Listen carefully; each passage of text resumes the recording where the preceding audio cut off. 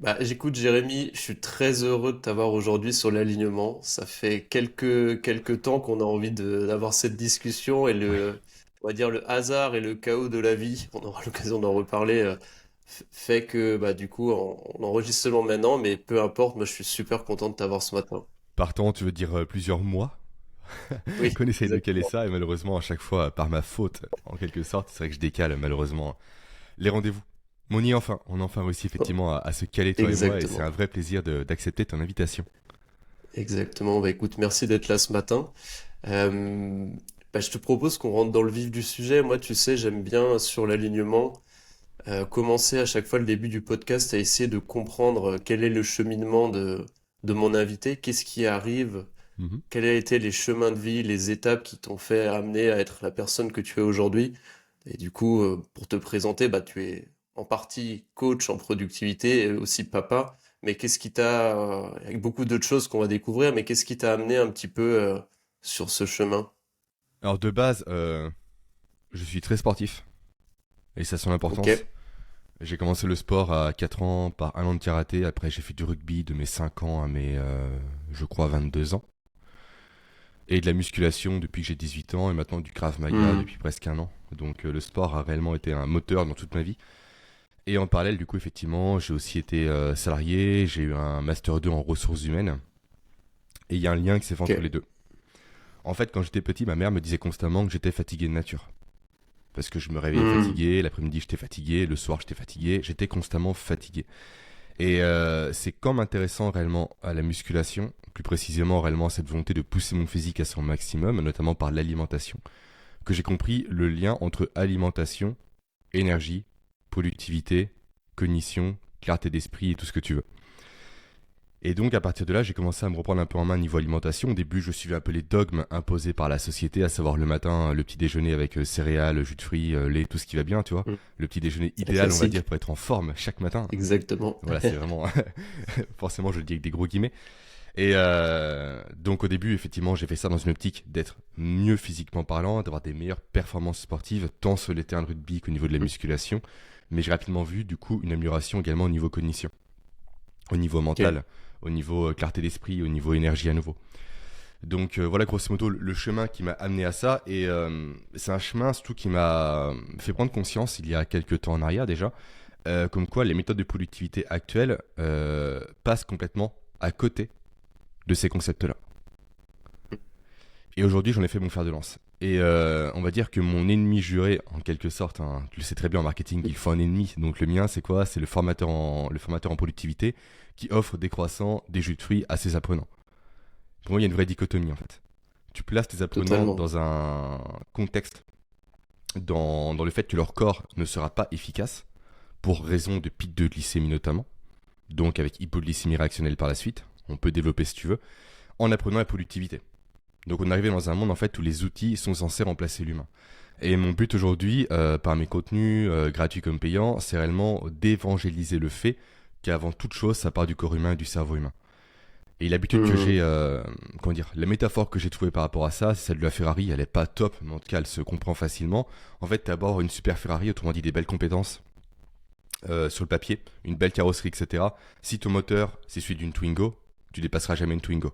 Autrement dit, si réellement ce que tu as à hmm, l'intérieur n'est pas efficace, n'est pas productif et est saboté par des comportements du quotidien dont tu n'as pas conscience, t'as beau avoir les meilleurs outils du monde, tu seras jamais productif réellement. hmm. Donc mon but, c'est justement de Super côté les intéressant. outils. Effectivement, je m'en sers. Aujourd'hui, c'est nécessaire. Mais ne pas avoir la religion de l'outil à tout prix qui va tout transcender, et aussi ne pas tomber dans le piège du marketing qui te fait miroiter tous les mois un nouvel outil merveilleux avec des couches supplémentaires de productivité. Je peux gérer ta liste de courses, tes relations professionnelles avec ta femme, avec tes chiens, tes enfants. Maintenant, c'est une course effectivement à la surcomplexification. Parce que la productivité, au final, on en a largement fait le tour aujourd'hui. Et moi, je veux revenir à des fondamentaux largement plus basiques, à savoir la nutrition, le sommeil, le mouvement et les compétences cognitives. Hmm, ok. Donc voilà un peu Super le intéressant. cheminement, le raccourci de ma vie en quelque sorte jusqu'à mes 31 ans. Super intéressant. Merci pour ce petit aperçu. Moi, je voulais savoir pourquoi est-ce que tu t'es intéressé spécialement à la productivité? Parce que Pourquoi? j'aime Parce faire que beaucoup de choses. C'était, Ouais, c'est ça, c'est ça. voilà, j'ai fait beaucoup de choses. Voilà, je fais de l'immobilier, j'ai 2 enfants. Donc déjà, ça prend beaucoup de temps. Je vais faire mon sport toutes les semaines. Je fais 6 séances de sport par semaine. En fait, je vais pouvoir faire tout ce que j'ai à faire, sans pour autant y passer ma journée. Pendant très Hmm. longtemps, je suis tombé dans l'écueil, avant de connaître justement les principes que j'enseigne maintenant, de travailler très tôt le matin, me lever à 5 heures pour travailler, aller au sport à 6 heures, avoir mon métier salarié, rentrer le soir, bosser à nouveau jusqu'à 22 heures voire 23 heures. J'ai fait ça durant des années, en sacrifiant mon sommeil notamment.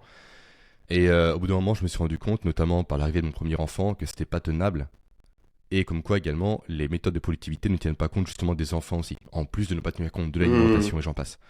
Donc en fait, on est dans un monde, quand on prend un bouquin de productivité qui est idyllique, qui fait fi littéralement de l'environnement en fait, et de l'impact de l'environnement. Et je trouve qu'aujourd'hui, on s'est réellement déconnecté de l'impact de l'environnement sur soi et sur ses capacités.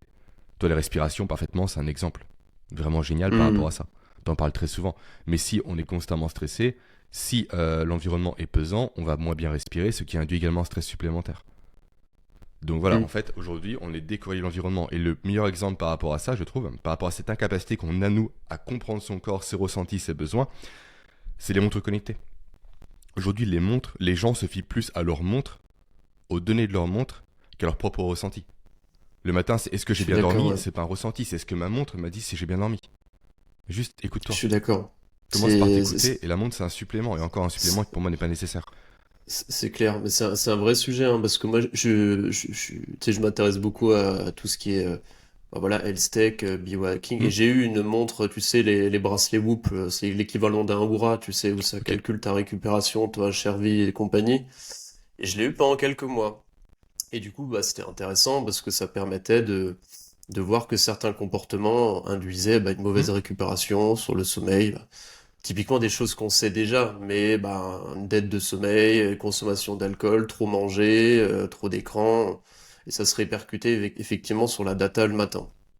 Donc très bien, ça a pu au moins mettre, tu vois, de la data sur des choses que souvent on sait, mais Hmm. que des fois on n'a pas envie de, entre guillemets, de forcément voir.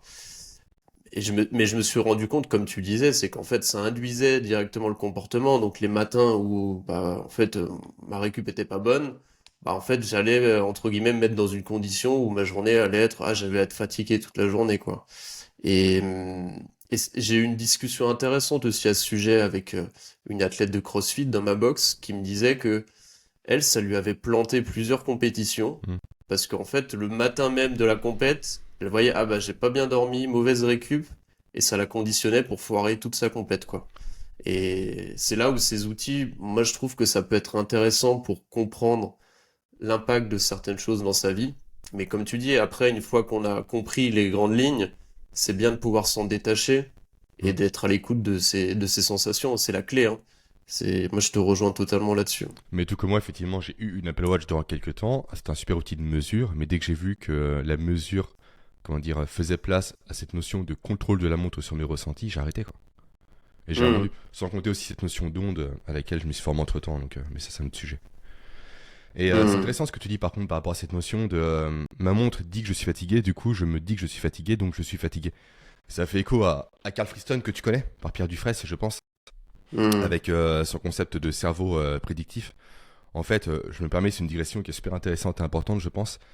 Carl Friston, c'est un neuroscientifique vraiment, comment dire, la star. C'est vraiment la star actuellement.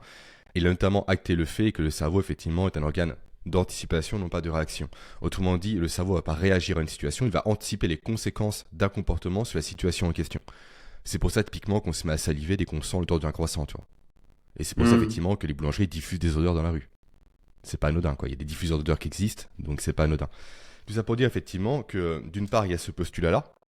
D'autre part, deuxième postulat, c'est le fait que le cerveau humain est ni plus ni moins qu'un algorithme à survie. On a évolué comme ça pour survivre. Le besoin premier, c'est la survie. Chaque action que l'on fait au quotidien, on ne se rend pas compte, mais c'est pour la survie. C'est pour notamment augmenter nos ressources disponibles. En temps, en heures, en relations, en argent. Parce que plus on a de ressources, plus on peut survivre efficacement. Et quand on fait une corrélation de ces deux éléments-là, Carl Friston a mis en évidence un principe qu'il appelle le principe d'énergie libre et d'erreur somatique, qui fait que le cerveau va constamment chercher à coller à la prévision qu'on va faire. Donc, pour parler d'économie d'énergie à nouveau, si tu te dis grosso modo, je suis fatigué ce matin, le cerveau va se dire naturellement, je n'ai pas besoin d'utiliser de l'énergie supplémentaire pour rien parce que je suis fatigué. Donc Hmm. forcément, vu que je suis fatigué, pourquoi dépenser de l'énergie inutilement alors que je suis fatigué de base? Ça sert à rien. C'est comme pour ton athlète ou en musculation ou en crossfit, peu importe. Si tu vas te dire naturellement que cette barre est trop lourde, ton cerveau va se dire pourquoi je vais mettre de l'énergie supplémentaire pour un truc qui est voué à l'échec. Alors que mon but, moi, cerveau humain, c'est d'économiser de l'énergie. Donc en fait, on crée une profession auto-réalisatrice où on va s'auto-saboter tout simplement. Je dis pas qu'on ne va pas Hmm, réussir systématiquement, mais on baisse nos chances de réussite. Donc c'est là que le tout à discours interne est fait. super intéressant. C'est super intéressant comme sujet et pour autant, je trouve que c'est pas toujours simple, tu vois, d'être à la fois à l'écoute entre guillemets de ses ressentis, de ses sensations, Mmh. et en même Mmh. temps, tu vois, faire un peu prendre de la hauteur par rapport effectivement à ses sensations, ses ressentis, des fois qui peuvent être entre guillemets pas adéquats. Moi, je te prends l'exemple, ça m'arrive de temps en l'exemple du sport. Comment est-ce que des fois, tu vois, tu te dis là, ok, ce matin, je me sens un peu fatigué. J'ai prévu d'aller faire une séance de sport, une séance de CrossFit par exemple. Euh, Est-ce que c'est simplement que oui, effectivement, je suis fatigué, ou est-ce que peut-être que ce matin, j'ai un peu la flemme? Pareil pour la douche froide, par exemple. Euh, Comment est-ce que toi, tu arrives justement, par rapport à justement pour faire un rebond sur ce principe d'énergie libre, comment est-ce que toi, tu arrives à faire le distinguo entre, tu vois, les deux concepts? Je sais pas si ça te parle, toi, comme Non, bien sûr. Après, quotidien. l'exemple du sport, c'est compliqué parce que j'en fais depuis que j'ai 5 ans, donc je sais réellement reconnaître la flemme de la non-flemme. Donc c'est vrai que je me laisse guèrement le choix aujourd'hui de faire du sport. Autant avant, je pouvais me laisser le choix parce que j'avais pas d'enfant. Du coup, mon agenda était beaucoup moins serré qu'aujourd'hui. Maintenant, je sais que j'ai 4 séances de musculation à faire par semaine et que le mercredi, le samedi, le dimanche, j'ai mes enfants. Ce qui me laisse 4 jours par semaine pour faire mon sport. Donc 4 séances, 4 jours, le calcul est vite fait.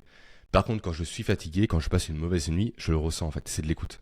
C'est terrible à dire, il n'y a pas de solution miracle ou miraculeuse. Il faut apprendre à s'écouter tout simplement et à le voir. Tu le sais quand tu es fatigué. Hmm, Entre fatigué et flemme, c'est pas pareil. hmm. Entre j'ai pas envie et je ne peux pas, c'est pas pareil. Et même si tu es fatigué, ça n'empêche pas de faire du sport. Mais revois tes objectifs à la baisse.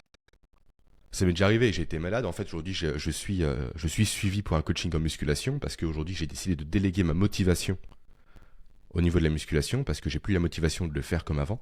J'ai besoin qu'on me pousse en quelque sorte, car j'alloue actuellement mon énergie au Krav Maga et l'entrepreneuriat. Et c'est vrai que quand je suis malade, même si j'ai un coach qui me dit tu fais ça, ça, ça, ça, ça, en fait je dis non. Je sais que je suis pas bien, je vais faire ma séance, mais en baissant mes charges par, je sais pas, de 20%, de 30%, de 40%. Et si je peux Hmm. vraiment pas, je ne le fais pas. Après, c'est avec la Ah oui, flemme, non, c'est effectivement. compliqué. La flemme, c'est un ressenti qui est différent. Mais je comprends ce que tu veux dire, effectivement. Mais c'est ça qu'on est Tu tellement vois, dans cette déconnecté idée. aujourd'hui que c'est compliqué de distinguer la flemme de la fatigue. Oui, en fait, effectivement, je pense que là où je voulais t'amener, c'était plutôt effectivement être à même aussi à, tu vois, être capable de revoir un peu tu vois, ses objectifs potentiellement. Imaginons, bah voilà, sur une séance de sport, bah au lieu de faire 100%, je vais seulement Hmm. faire aujourd'hui 70%, ou au lieu de faire une séance de force, peut-être qu'en fait, ce dont j'ai besoin, c'est une session de yoga, quoi. Donc Complètement. Ou Hmm, juste aller marcher. je suis totalement, ouais. Donc c'est cette notion d'adaptation par rapport Mais au début, j'avais du mal hein, son état du quand moment. j'étais plus jeune. Moi, j'ai que 31 ans, mais je me forçais à faire mon sport. Mais tout le monde est passé par là, je pense. Et c'est important de passer Oui, par oui, là. non, mais c'est C'est comme sûr. ça que tu vois les limites. Sauf qu'il est important aussi de grandir et de se rendre compte que des fois, il faut pas se forcer, quoi. Quand tu peux te forcer, force-toi. Je dis pas de pas faire tes séries, de pas te pousser, etc. Ça, tu le fais quand tu peux le faire. Mais quand t'es fatigué, quand t'es HS, quand tu passes une journée compliquée, en fait, ta santé, c'est la priorité. Et c'est pas parce que tu loupes une séance de sport dans ta vie que tu vas perdre tous tes gains. Sauf si t'es athlète, effectivement, de très très très très haut niveau, bien évidemment. Mais pour les personnes lambda comme toi et moi, et n'y vois pas une critique, ça changera rien. Dans une semaine, t'y penseras plus. C'est clair, Sauf que si en c'est plus clair. tu t'amuses à être fatigué, à tirer sur la corde, à faire ton sport, à te forcer à le faire, tu vas tomber dans le schéma où tu vas poursuivre ta maladie. L'état de fatigue va perdurer dans le temps. Donc ça va empiéter sur deux trois séances futures. Là où tu peux en sacrifier une aujourd'hui pour garder les 3 demain. Hmm. Ok, non, mais C'est pas je évident, suis hein. Je dis pas que c'est facile. Ah oui, c'est pas simple. Je te pose la question parce que moi, je vois beaucoup. Alors, moi, ça m'arrive encore. J'ai beaucoup bossé dessus, mais ça m'arrive encore de temps en temps. Et je le vois beaucoup autour de moi, en fait. C'est surtout, tu vois, sur des domaines type euh, dans l'entraînement, dans le CrossFit, il y a énormément de gens qui sont en surentraînement. Mais Oui. parce qu'il y a un manque d'écoute qui est assez Mm. flagrant. Moi, je le vois autour de moi, c'est fou. Et c'est pour ça qu'il y a autant de blessés, autant de blessures au quotidien, autant de gens qui abandonnent en cours de route. C'est parce après, c'est particulièrement le cas de ce type d'effort, parce qu'on est sur des efforts très intenses, et Et du coup, on a collectif. tendance à taper exactement. Et donc, il y a cette notion d'émulation Mm. collective. Donc, c'est super intéressant. Et, euh, et comment, je voulais savoir un petit peu comment est-ce que toi, je vois souvent tes posts LinkedIn et c'est marrant, tu partages, tu sais un peu tes agendas, à quoi ça ressemble, Ouais. tes journées. Est-ce que tu pourrais nous expliquer, du coup, pour quelqu'un ouais, qui se dit, bon, on est un expert de la productivité, comment est-ce que ça ressemble, entre guillemets, une journée d'un expert de la productivité? En fait, expert, c'est pas un mot que j'apprécie beaucoup parce que j'ai pas toute la science par rapport à ça, très clairement. Mais la limite actuelle des systèmes, et je vais commencer par ça, c'est qu'ils sont ultra rigides. En fait, Hmm. les systèmes actuels de productivité te considèrent comme une machine. Avec grosso modo, voilà, tu lances une tâche A, il ressortira forcément une tâche B en temps voulu, en heure voulue, en qualité voulue. Tous les bouquins te disent ça. Et en fait, ne tiennent jamais compte de la théorie du chaos qui dit que la volatilité existe. En fait, je suis désolé, mais aujourd'hui, aucune journée n'est linéaire. Et très souvent, les systèmes actuels s'écroulent, parce que très souvent, ils s'écroulent, hein, il faut juste être lucide par rapport à ça, dès qu'il y a une surcharge qu'ils ne peuvent pas gérer. Très souvent, Hmm. quand tu es salarié, c'est souvent le cas, même entrepreneur, hein, tu as un client qui te plante, tu as un dossier en plus, tu as un enfant qui est malade, une nounou qui est absente. Vu que le système est rigide, il ne peut pas justement encaisser cette variation par rapport à la situation initiale.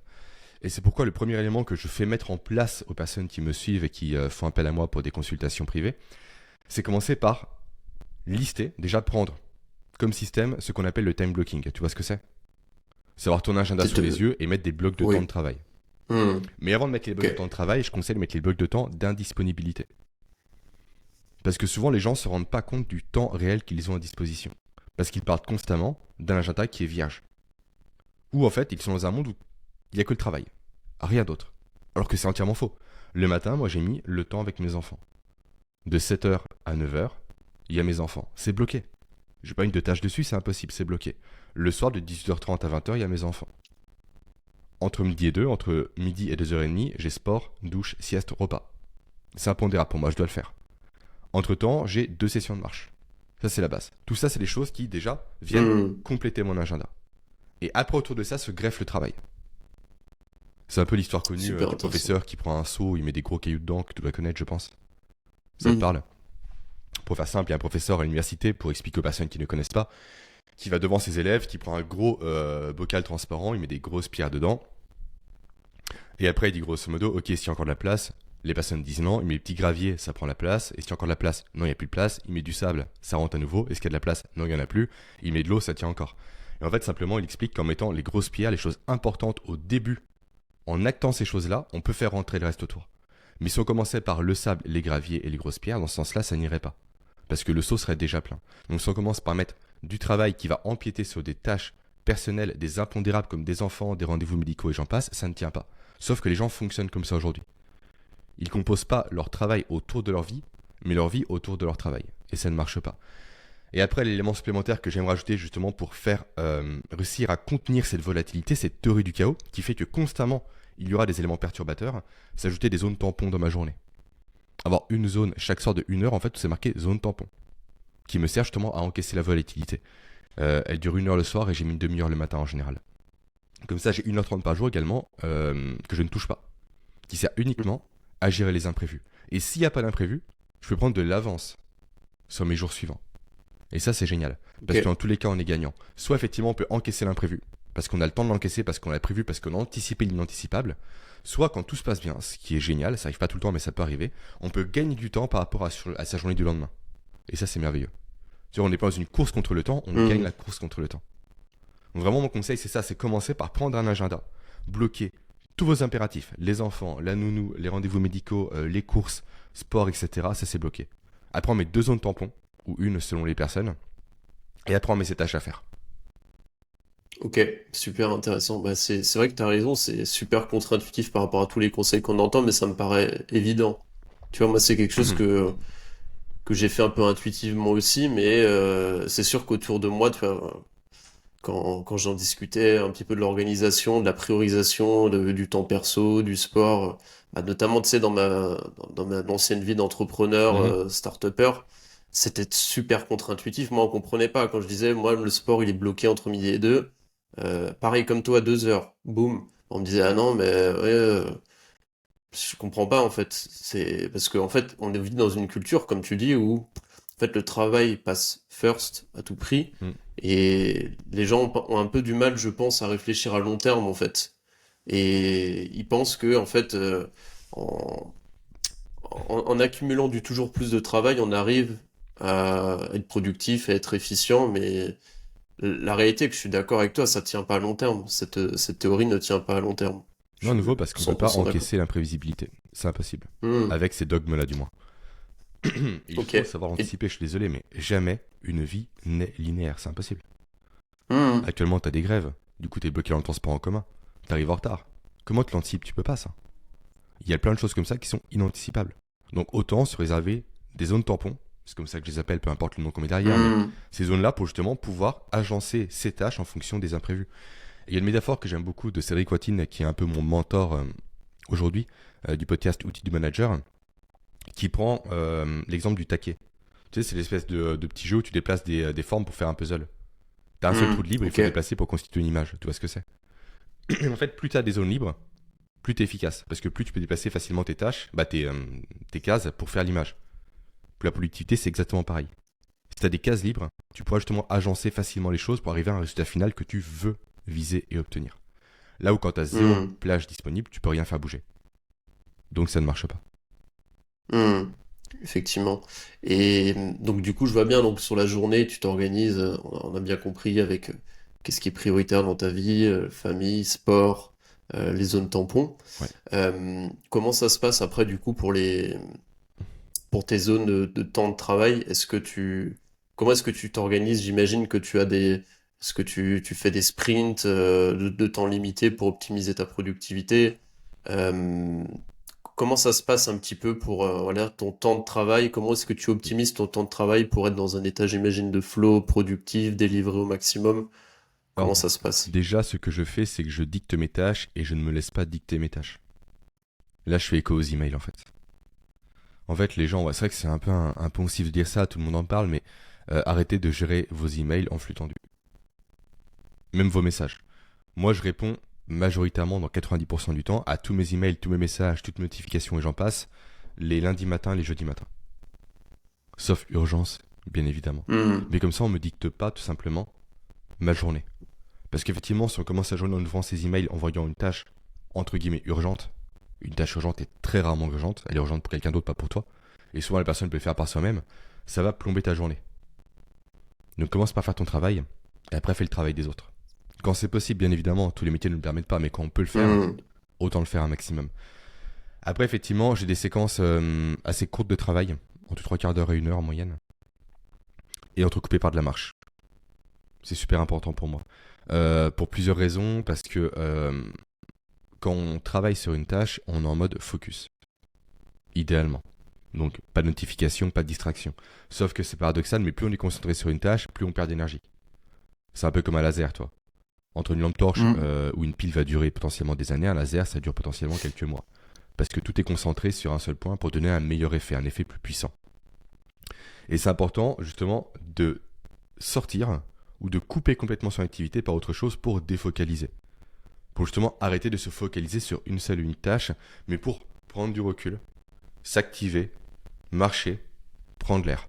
En fait, souvent on parle de pause, mais les gens, comment ils font des pauses en consultant leurs emails, en allant sur les réseaux sociaux ou autres. Ça, c'est pas une pause. Littéralement, une pause, qu'est-ce que c'est pour le cerveau humain? C'est faire une activité, évidemment, mais inverse à ce qu'on faisait précédemment. Donc, si tu bosses sur une tâche qui est cognitivement taxante, comme un rapport, comme de l'écriture, comme un podcast, comme du montage ou autre, l'idée c'est quoi? C'est de t'activer en parallèle pour retrouver de l'énergie. Et pour moi, il n'y a rien de mieux que la marche pour ça. Pourquoi c'est intéressant la marche? Parce que déjà, on change d'environnement. C'est super important. Aujourd'hui, on est dans un monde en fait où tout est à portée de bras en quelque sorte. Le plafond est à 2 mètres, pardon. Le mur devant toi est à 1 mètre. L'écran est à quelques centimètres. Et en fait, on perd littéralement cette notion de dimension des choses et de rapport par rapport à l'éloignement. Alors que de base, le cerveau humain a évolué et a été conditionné pour vivre dans la savane et dans des grandes étendues, dans des plaines, etc., avec une vue qui était vraiment, qui portait au loin, tu vois. Sauf qu'à cause de ça, à cause de cet enfermement-là, malheureusement, en fait, tout ce qui ne se travaille pas se perd. Donc on a moins cette capacité à voir au loin, si on ne travaille pas volontairement. Donc ça, c'est un élément important pour moi qui permet de mettre en place la marche. C'est travailler son regard au loin. Et également travailler la latéralité du regard. Aujourd'hui, on fixe constamment droit devant soi. L'écran est devant soi. En fait, le monde s'arrête à une vision de, je sais pas, 30-40 degrés, toi, pas plus. Non, mais je suis d'accord, c'est dingue. Alors que la vision périphérique est juste essentielle aujourd'hui. Donc c'est pourquoi quand je vais marcher également, je fais travailler mes yeux, toi. J'observe l'horizon. Je zoome, je dézoome. Je prends un point qui est devant moi, un point plus éloigné. J'alterne régulièrement. Pour focaliser, défocaliser. Également, la marche permet de s'exposer au soleil, à la lumière naturelle, ce qui est super intéressant. Au bruit extérieur aussi. Et surtout permet, donc là c'est ton sujet, de travailler sa respiration. Vraiment de se reconnecter à soi. Et quand je parle de marche, c'est pas une marche avec des écouteurs. Des fois je le fais, mais c'est rare maintenant, avec un podcast ou autre. Non, c'est une marche, tranquillement, juste soi avec soi. Et je trouve qu'on a perdu cette capacité-là à se retrouver avec soi-même. Et même moi j'ai encore du mal Hmm, aujourd'hui. Hein. Malgré mes connaissances sur ce sujet, j'ai encore du mal. Mais c'est vrai que se retrouver seul face à soi-même, ça fait du bien quoi. Et le cerveau, ça le c'est libère clair. en fait, il n'y a plus d'éléments entrants. Donc le cerveau peut se concentrer sur l'interoception et non pas uniquement sur l'extéroception. Et grâce à ça, à nouveau, on recharge ses batteries, après on repart sur du travail. Et une astuce intéressante par rapport au travail, parce que souvent on peut se dire ok, maintenant je pars marcher, j'ai la flemme de retourner au travail, ce qui peut être vrai. Et déjà, ce qu'on peut le faire quand on est salarié, c'est plus compliqué. Donc là, il faut trouver des solutions, des alternatives. Ça peut être potentiellement juste aller marcher dans le bureau pour chercher un café. Voilà, deux, trois alternatives possibles. Ouvrir les fenêtres, se mettre à la fenêtre. Il y a toujours des solutions pour justement biaiser un peu et contourner le système, on va dire. Et donc, ce qui est intéressant pour avoir la motivation de retourner au travail, c'est de jouer sur un biais cognitif qui s'appelle l'effet Zeigarnik. Je ne sais pas si tu connais, Non, qui dit simplement en je connais fait pas. que une tâche inachevée reste dans le cerveau humain jusqu'à qu'elle soit achevée. Donc, plutôt qu'arrêter son travail quand on fait une tâche, autant arrêter en plein milieu d'une tâche. Parce que le cerveau voudra fermer le tiroir en quelque sorte. Voudra clore cette tâche, voudra la fermer, voudra la finaliser. Donc, voudra retourner au travail pour se mettre dessus pour passer à autre chose. Et en fait, ça a été découvert par Bulma Zygarnik, si mes souvenirs sont bons. Vraiment, ça a pondéré, je suis pas sûr de son prénom, mais peu importe. Qui a remarqué que les serveurs, je crois que c'est en Allemagne, dès qu'ils posaient une commande sur une table, oubliaient la commande. Parce qu'à nouveau, la tâche était Ok. terminée. Mais tant que c'est pas fait, ça reste à l'esprit, toi. Donc je dis pas qu'il faut y Hmm. penser tout le long de la marche, mais constamment avoir en sous-tâche de fond le fait que, ok, maintenant j'ai un travail qui m'attend, qui n'est pas finalisé, qu'il faut terminer et que je vais vouloir réaliser après. Pour avoir la motivation de retourner au travail. Et pour ne pas également perdre l'inertie du travail. Parce que très souvent, quand on finit une tâche, on part marcher ou on fait une pause ou autre, on revient à son bureau, on ne sait plus quoi faire. Je commence par quoi? Je fais ceci, je fais cela, allez, je vais consulter mes emails, on va voir ce qui se passe. Et là, on perd du temps. Et du coup, on perd l'inertie et la motivation du travail. Donc laisser une tâche en suspens peut être intéressant. Et souvent, c'est ce que font les grands écrivains, ils s'arrêtent au plein milieu d'une phrase. Ils le reprennent plus tard. Je dis pas que c'est une généralité, mais beaucoup le font aujourd'hui. Et avant aussi. Donc voilà ce que je peux te donner comme petit conseil. Non, non, mais c'est passionnant. C'est super. Alors, pour rebondir un petit peu déjà sur, tu disais effectivement qu'on a la vue 100% focus devant soi et qu'on perd le côté, la vision de loin et la latéralité. Moi, j'en ai fait les frais il y a pas longtemps. En fait, je me suis rendu compte que j'avais perdu énormément, tu vois, au niveau de mon regard, la latéralité. Donc, je suis allé, donc chez un posturologue qui m'a amené Hmm. vers un orthoptiste pour faire un travail de rééducation des yeux. Ouais. Et je me suis dit, c'est quand même dingue. Tu vois, en fait, on vit dans un vie où, je pense qu'il y a énormément de gens qui passent leur vie effectivement tout le temps derrière l'ordi, donc toujours cette même vue, droit devant soi, et que c'est un vrai sujet de fond, et que en fait, rien que ça, se dire qu'en fait, le fait d'avoir la vue devant constamment, ça m'a amené un déséquilibre postural. Oui. Je parle même pas de l'assise qui est compliquée, mais juste rien que les yeux. Donc, en gros, c'est quand même fou de se dire ça, et je pense que il y a beaucoup de gens pour qui, bah, en fait, on comprendra même pas le lien, mais en fait, il y a un lien très direct, c'est qu'en fait, bah, on compense par le fait qu'on n'est plus capable de regarder vers l'extérieur, la latéralité. On va compenser avec le corps. Donc en fait, par exemple, moi, c'était mon cas, c'est quand je me baissais, bah, je partais d'un côté.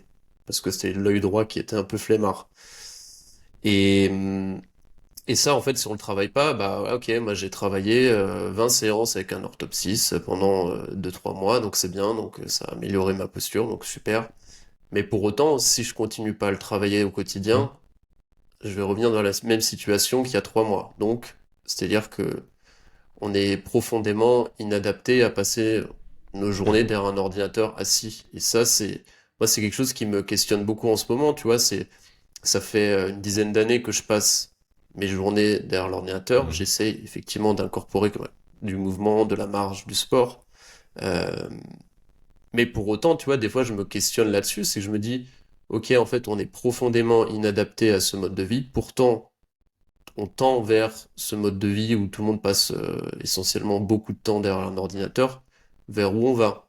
Est-ce que, comment est-ce que tu fais pour contrer ces effets? Ou est-ce que même potentiellement réfléchir autrement pour totalement en fait partir dans l'autre sens parce que est-ce que en fait c'est intéressant d'être c'est une vraie question mais Hmm. c'est comment est-ce que tu fais grosso modo comment on va faire dans les prochaines années tu vois pour continuer à vivre dans cette façon de faire où, au final on est profondément inadapté en fait à ce qu'on est en train de faire et on essaye de tenir entre guillemets dans et vivre avec son temps mais moi, ça me questionne beaucoup. Je me dis, ça m'amène moi personnellement, tu vois, à revoir la façon d'envisager aussi mon travail, à passer plus de temps, euh, bah, à faire des interventions en extérieur, à donner des conférences, tu vois, avoir cette volonté de partager bah, des cours de respiration Mhm. en présentiel.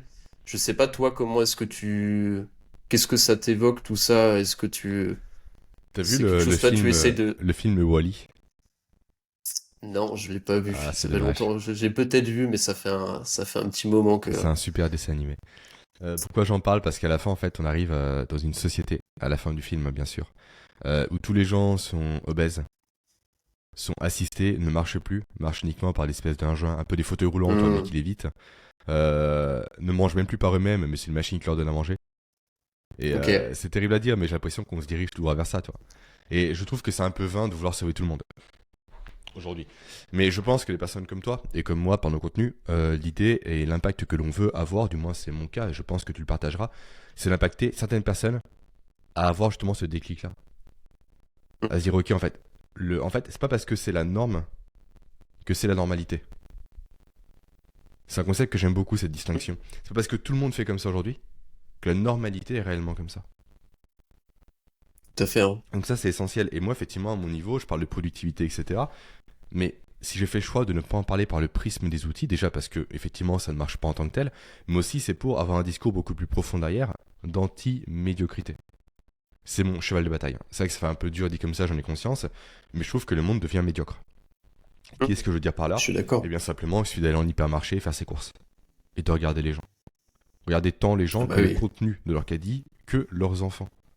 Quand je vois des enfants de l'âge du mien, mon enfant mon plus grand à 4 ans et demi, qui sont des gens en surpoids, C'est une qui catastrophe. sont apathiques, qui sont devant les écrans.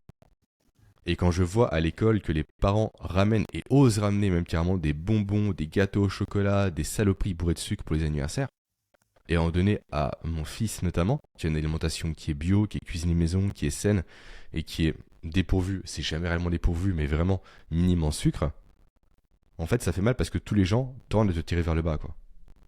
Et justement, je me dis à C'est mon clair. niveau, je veux pas sauver le monde, mais je veux sauver des gens qui eux-mêmes inculqueront les valeurs que j'ai, plus leurs valeurs à eux, bien évidemment. Je veux pas être un gourou, très loin de là, je m'en fous ça.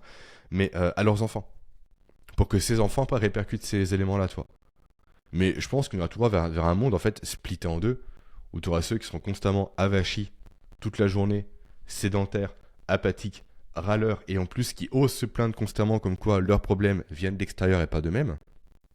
Ça, c'est un autre sujet. Et les gens qui vont se reprendre en main, toi. Mais malheureusement, plus on va avancer, plus les gens qui vont se reprendre en main seront critiqués. Et c'est paradoxal. Aujourd'hui, ne pas donner une crêpe Nutella à son enfant, c'est de la maltraitance. Mais où on est, quoi?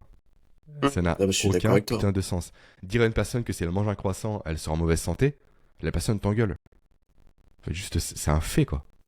Littéralement, je suis désolé, mais C'est c'est c'est juste, clair. c'est juste un fait. Tu peux pas C'est contredire clair. malheureusement, c'est un fait. Effectivement, un croissant de façon isolée, ça va rien faire. Mais un croissant tous les jours au bureau, ou encore pire, durant des formations de productivité parce que c'est dissonant, je suis désolé, mais un truc qui cloche, quoi. À nouveau, c'est pas parce que c'est la norme que c'est la réalité. Donc, effectivement, je pense que changer le monde entier, c'est vain. Mais avec des personnes comme toi, comme moi, comme d'autres, je pense à plusieurs personnes en disant ça, bah, comme Pierre Dufresne, comme David du podcast Limitless, que je connais bien, comme plusieurs personnes. euh, Déjà, ces discours-là prennent de plus en plus. J'ai l'impression. Ce chemin un peu alternatif, entre guillemets, mais ce terme est assez mal connoté aujourd'hui, prend de plus en plus. Mais également, du coup, forcément plus sous les projecteurs et donc plus critiqué. Parce que les gens préfèrent effectivement prendre des médicaments décachés que de changer leur comportement à l'heure actuelle. Et on préfère faire prendre également des cachets et médicaments à ces gens-là avant de faire changer leur comportement. Je suis d'accord. Je suis d'accord. Donc, ouais. Je suis- c'est super intéressant. Bah, comme tu dis, c'est réussir à inspirer au quotidien pour créer des déclics. Et comment est-ce que tu fais, par exemple, toi qui accompagnes des dirigeants, des entrepreneurs, tu arrives à leur faire prendre des déclics, comment est-ce que tu fais? Parce que souvent c'est le vrai sujet, tu vois, tu te lances dans quelque chose de nouveau, tu revois tes habitudes, tu mets en place des choses, comment est-ce que tu fais pour que bah, les personnes que tu accompagnes arrivent à tenir dans le temps?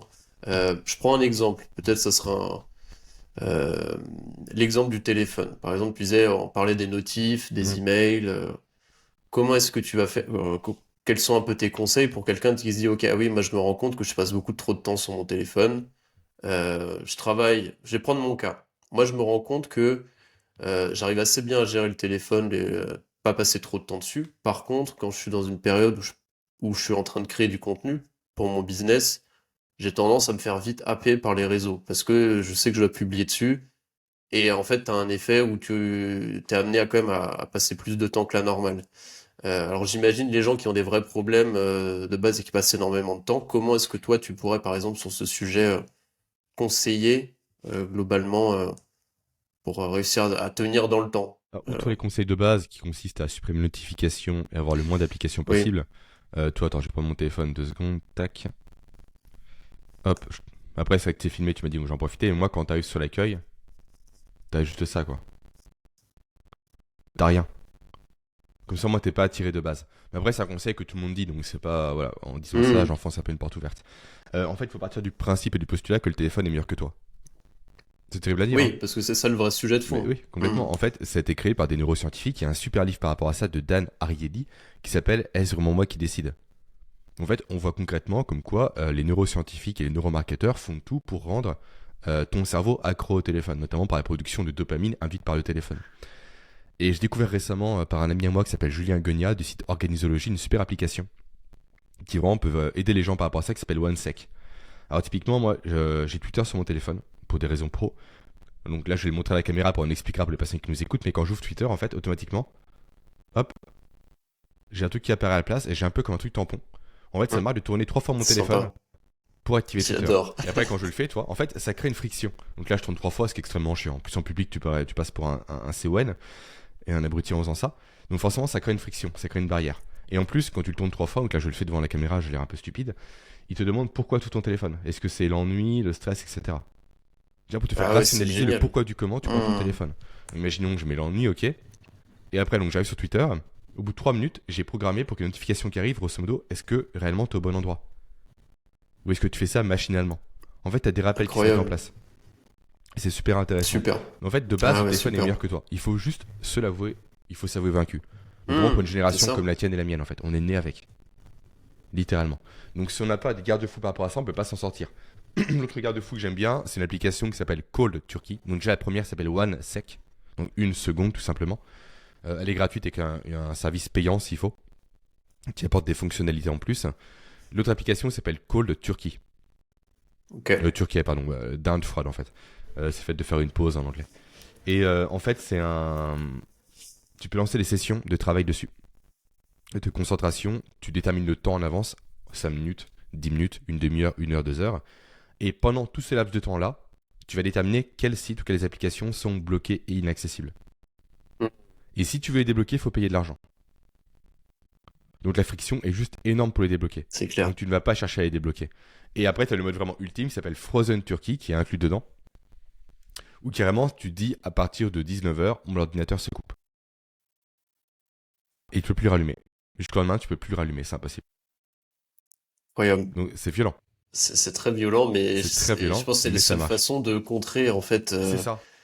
T'es Exactement. obligé d'être violent, en fait, parce que si t'es pas violent, en fait, tu te Mm. retrouves, bah, ok, tu te dis, parce que moi, ça m'est arrivé, tu vois, ok, tu supprimes l'appli de ton téléphone. Ça tient un mois. Après, t'as ton appli est retéléchargée pour une raison X ou Y, parce qu'il y a un moment, tu vas en avoir besoin ou quoi. Après, tu retombes dessus. Qu'est-ce que j'ai essayé d'autre? Bah, le bloqueur iPhone, bon, ça n'a pas d'intérêt. Enfin, tu Non, sais que en 2 clics, tu passes outre. ouais, tu t'y prêtes même plus attention. Euh, donc, ah ouais, super conseil, en tout cas, je pense Après, que tu as ça une servira plus solution d'un. aussi. Un ami à moi, ce qu'il fait, c'est qu'il met un bloqueur d'app avec un mot de passe. Mais du coup, sa compagne met le mot de passe. Et pas lui. Du coup, tu le connais pas. Et Hmm. aussi, tu as une autre solution avec. Comment ça s'appelle? Bah, c'est comme des boîtes hermétiques en fait. Dans lequel, de base, tu es censé mettre des cookies. Maintenant, ils l'ont dupliqué au niveau du téléphone portable. Tu mets ton portable dedans. Tu mets un Oui. minuteur. Et la boîte est Hmm. scellée le temps du minuteur. Donc, le téléphone est inaccessible. Seule contrainte, ce sont les urgences. C'est C'est vrai clair. que moi, avec mes enfants, aujourd'hui, je dois avoir mon C'est téléphone vers moi. compliqué. Hmm. Il peut y avoir un accident à l'école, un problème de C'est clair. nounou, etc. En fait, je dois l'avoir. Donc déjà, ce que j'ai fait, c'est que je suis constamment en mode ne pas déranger, ou en mode avion parce qu'on se parle actuellement, et je n'autorise que les appels de mes proches, et pas les autres. Donc juste ça, déjà, ça filtre beaucoup de choses. Et en plus, il y a tellement de fonctionnalités à l'heure actuelle qu'on peut déjà se débrouiller facilement, gratuitement, pour limiter sa consommation. Mais effectivement, si sur l'accueil, on a Facebook, Twitter, Instagram, TikTok et j'en passe, notifications, etc., c'est pas la peine. À nouveau, le C'est téléphone est meilleur que notre cerveau. c'est clair. Il faut s'en rendre compte. C'est comme ça. C'est clair. Bah, super conseil. Franchement, je pense que ça en aidera plus d'un parce que j'en ai jamais entendu parler de ces applis et franchement, la OneSec, On sait que c'est génial. Hein. c'est C'est génial. vraiment Franchement, génial. le concept est trop cool parce que le fait de tourner 3 fois ton téléphone comme En ça et fait, ouais, d'expliquer mais tu pourquoi as tu plusieurs viens. options. Là, c'est la version payante. En fait, le truc de base, ça te demande, ça va te parler de prendre une respiration. Hmm. Simplement, en fait, tu as l'écran qui se met en noir et ça met juste respirer. Et après, voulez-vous réellement activer l'application? Tu as ça, sinon tu as le mode miroir où tu te vois en photo, en FaceTime, en fait, en train de faire ton truc, en train de procrastiner littéralement, ce qui te rend coupable envers toi-même. Tu as plusieurs choses comme ça, en fait, pour justement te dissuader d'exploiter l'application. Et C'est c'est super bien. génial. C'est génial. J'adore. Les fondateurs d'Air Setup, c'est des génies. Enfin, je trouve ça Mm. super parce que c'est à contre-courant de tout ce qui se fait où on Oui, cherche à te complètement. rendre accro et accro à toutes les notifications, à les réseaux sociaux, et puis même en quelque sorte aussi nous, j'ai l'impression que des fois on contribue un peu à ça, hein, tu vois, en publiant sur les réseaux sociaux. Mm. Donc je trouve ça génial. Je trouve ça vraiment top comme concept.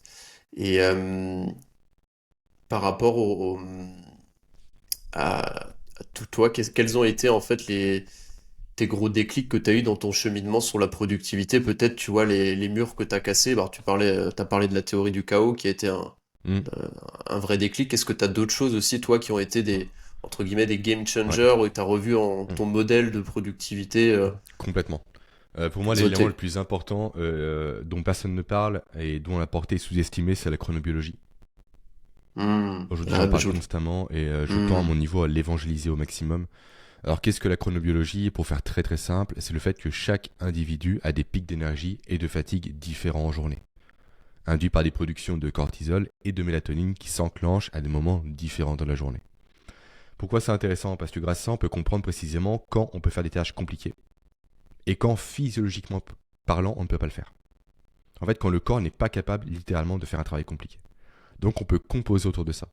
Pour arrêter de mettre des tâches hmm. simples, qu'on a la capacité de faire des tâches complexes, et de mettre des tâches complexes qu'on n'a pas la capacité de les faire. En fait, on va arrêter de lutter contre son corps, mais aller dans le sens de son corps.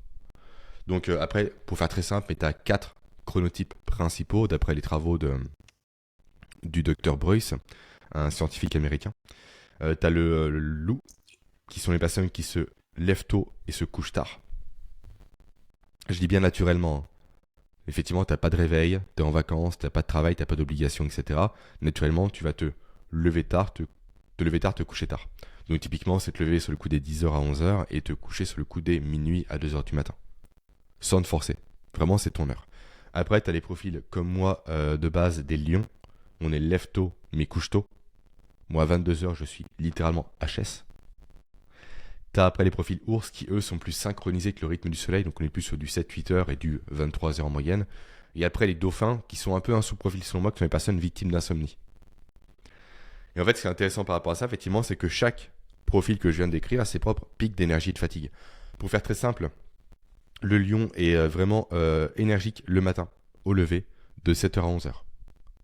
Là, tu mets les tâches les plus complexes. Même faire ton sport, si tu veux être performant. Avant mon sport, je le faisais à 6h du matin, toi.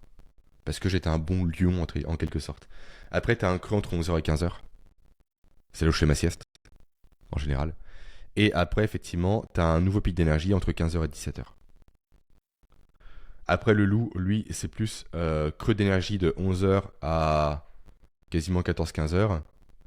16-18, c'est très bien. Mini creux d'énergie de 19-20. Et après, 20h, 23h, c'est parfait pour lui. Les lions, on est sur du... je dis ça de tête, hein. C'est un bail que j'ai plus relu ces horaires-là.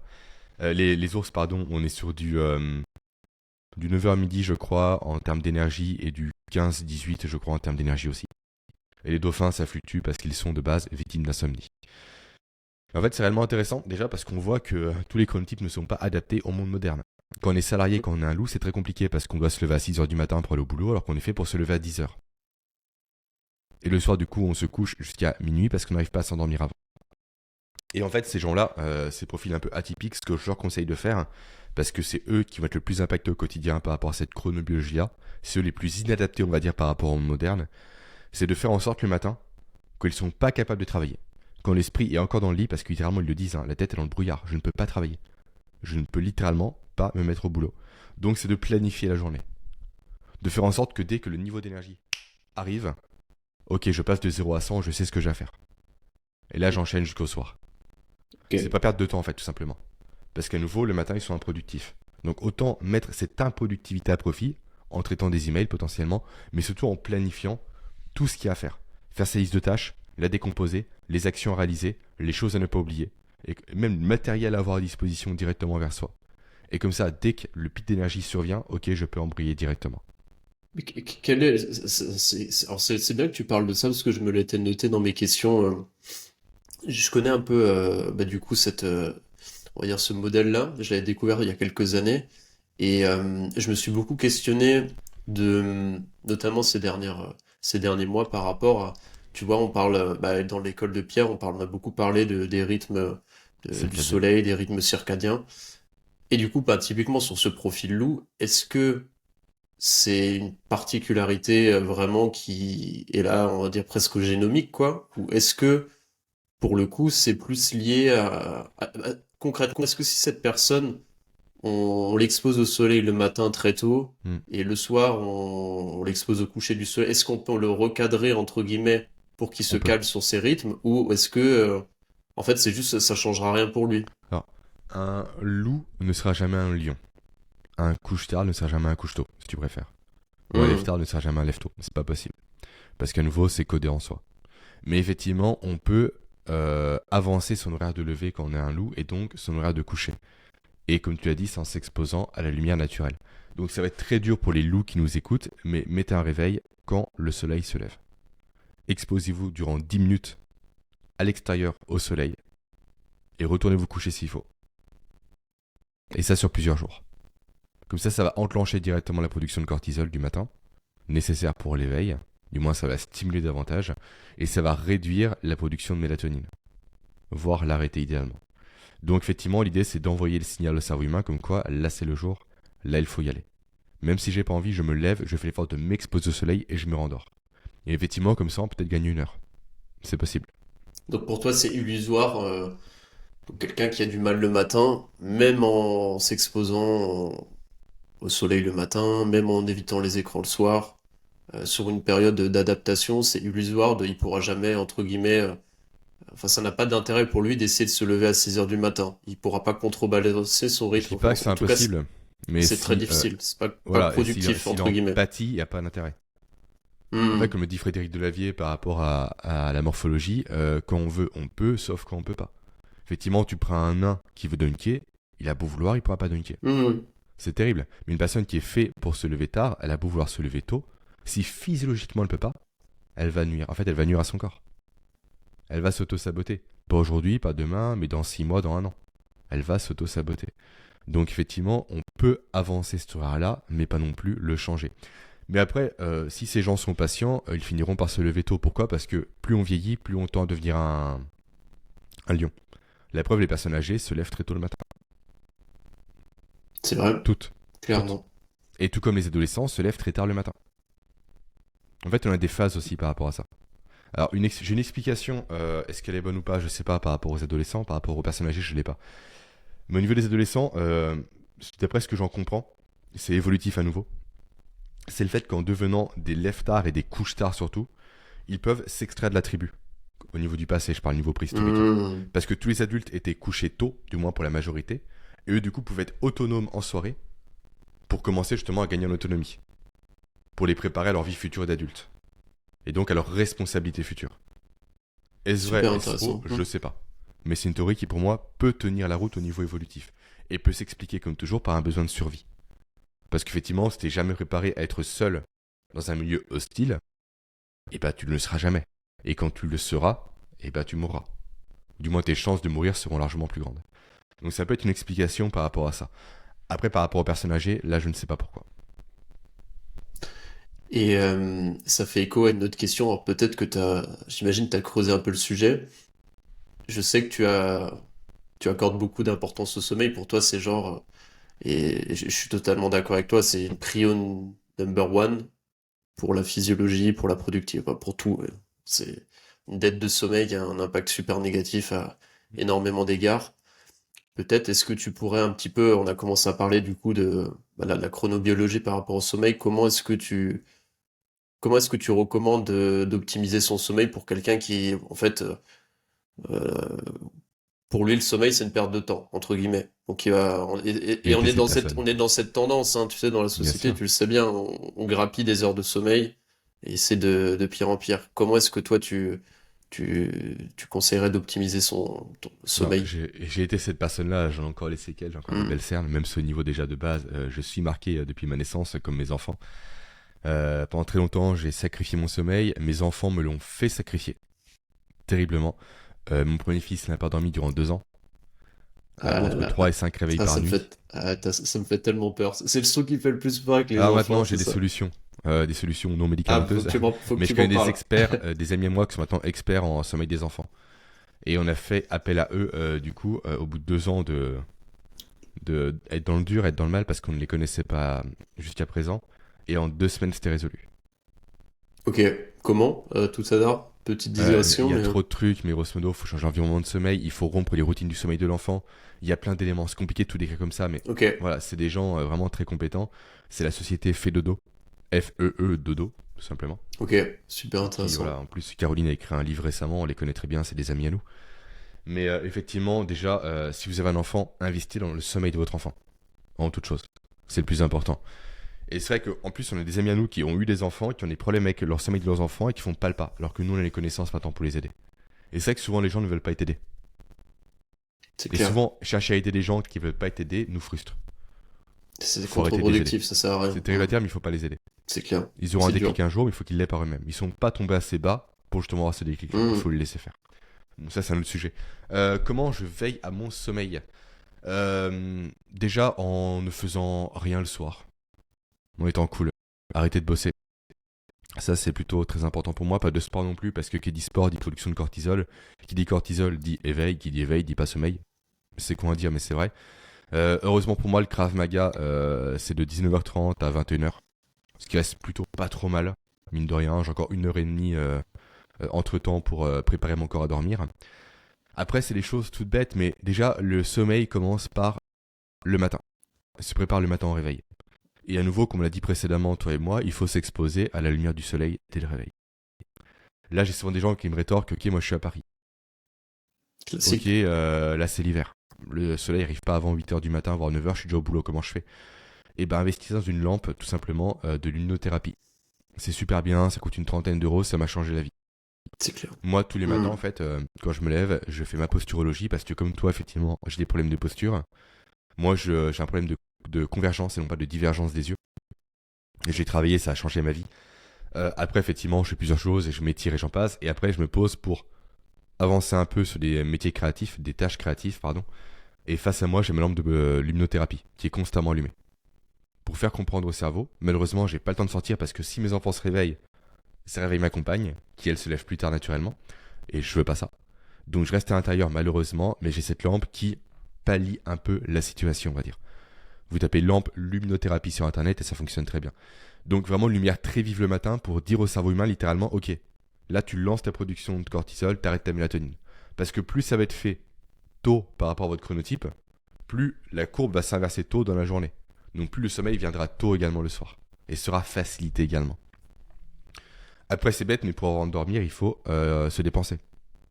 Effectivement, si on est constamment assis sur une chaise du matin au lever, il n'y aura pas la pression du sommeil qui va se mettre en place par la production notamment d'adénosine. L'adénosine, c'est un marqueur de fatigue. Plus on va se dépenser au niveau cognitif et surtout au niveau physique, plus l'adénosine va s'accumuler, plus la pression du sommeil sera forte et plus on aura envie d'aller se coucher. Et après, la mélatonine prend le relais. Et pour ça, marchez, tout simplement, faites du sport, activez-vous, prenez l'habitude de vous garer plus loin que votre lieu de travail. Vous partez en course, garez-vous à l'opposé du parking et pas vers l'entrée. Jouez avec vos enfants. Jardinez, bricolez, soyez en mouvement, tout simplement. C'est important, et là on va mettre en évidence un concept qui est intéressant qui s'appelle le NEAT, N-E-A-T, pour Non-Exercise Activity Thermogenesis. En fait, c'est des activités de base qui, tout simplement, nous mettent en mouvement sans créer de thermogénèse. Donc sans qu'on soit réellement actif à 100%, sans qu'on fasse réellement du sport. C'est du jardinage à nouveau, c'est du bricolage, c'est faire le ménage, c'est juste marcher dans sa maison, se déplacer. Juste activez-vous, quoi, bougez. C'est vrai que c'est un mot important, mais bougez. Parce que si le corps n'a pas besoin de se reposer, il n'ira pas se reposer. Après, tu as le grand poncif de arrêter effectivement les écrans le soir. Super important. Hmm. À défaut, c'est un palliatif, on va dire, mais mettez des lunettes qui filtrent la lumière bleue. La lumière bleue, ouais. Voilà, parce qu'en fait, tout simplement, la lumière bleue, qu'est-ce qu'elle envoie comme signal au cerveau? Que c'est le jour. Tout simplement. Donc forcément, si c'est le jour, le corps va mettre en place des réactions métaboliques propres à la journée. Et donc pas propres à la soirée. Donc des réactions métaboliques qui vont empêcher le sommeil. Après, des chambres froides, idéalement. Parce qu'une chambre trop chaude induit un mauvais sommeil, parce que le corps a besoin de baisser de 1 degré pour passer de l'état d'éveil à l'état de sommeil. Ensuite, est-ce qu'il y a d'autres choses un peu que je pourrais te dire par rapport à ça? Là, je teste la lumière rouge. Pour Ah, l'instant, et je ne l'ai pas alors? encore assez testé longtemps pour te dire si c'est efficace ou pas. Il paraît que ça l'est. Et effectivement, déjà, tamiser les lumières le soir, c'est super intéressant. Et un truc que j'aime bien faire mettre en place par rapport à mes clients, c'est reproduire le cycle du soleil chez soi. Autrement dit, le soleil, le soir, il est où? Il n'est pas dans le ciel, il n'est pas au zénith. Il n'est pas au plus haut par rapport à soi. Il n'est pas à l'horizontale, on va dire. À la verticale, pardon. Il est justement à l'horizontale. Donc, idéalement, le soir, coupez les lumières du plafond et mettez des lampes sur pied. Et des lampes sur pied qui sont sur une teinte orangée. Et pas une teinte blanche ou bleue. Pour reproduire un peu ce cycle du soleil en quelque sorte. C'est assez intéressant. Un autre élément, là je balance pas mal d'idées un peu dans tous les sens, ce qui me vient à l'esprit, ce sont les couvertures lestées. Moi ça a changé ma vie. Qu'est-ce que c'est, ça, couverture C'est une lestée? couverture qui pèse en fait entre 5 et 10% de ton poids. Ok. Moi j'ai une couverture qui fait 8 kilos chez moi. Ah, d'accord, ok. Et c'est Je juste connaissais pas génial. ça. Franchement essaye, c'est royal. En fait, même pour les enfants, au début c'était pour traiter l'autisme. Et en fait, tu te sens juste apaisé. Comme si t'avais un câlin, toi en fait. T'es vraiment blotti. Et moi ça Ok, a changé c'est ma vie. génial, ça. T'as des personnes qui s'oppressent. Une personne qui a un syndrome des jambes sans repos, c'est oppressif. Parce qu'elle peut pas bouger ses jambes, toi, elle est bloquée par rapport à ça. Une personne, entre guillemets, qui est normale, qui a pas de pathologie ou de problème, pour moi, ça m'a changé la vie. Essaye, ça coûte un certain prix, très clairement. Mais moi, j'arrive plus à dormir sans. Parce que tu te sens réellement, Incroyable. vraiment, t'as une emprise sur toi. Comme Ouais, quand t'es ouais, petit, j'imagine quand ça ta doit être mère te prend dans agréable, ses ouais. bras à toi. Donc vraiment, essayez les couvertures lestées. Et au pire, vous essayez, vous les renvoyez sur Amazon, vous vous en foutez, quoi. Juste essayez pour une de nuit. Et franchement, ça change la vie. Moi, elle pèse 8 kilos, effectivement, c'est un sacré truc. Ouais, c'est bizarre dit comme ça, hein. Mais c'est génial. Et non, c'est déjà pas mal. Après, Ah, t'as la c'est déjà pas respiration, mal. Bah, bien évidemment, mais t'es plus à même d'en parler que moi. Activer le système parasympathique en soirée.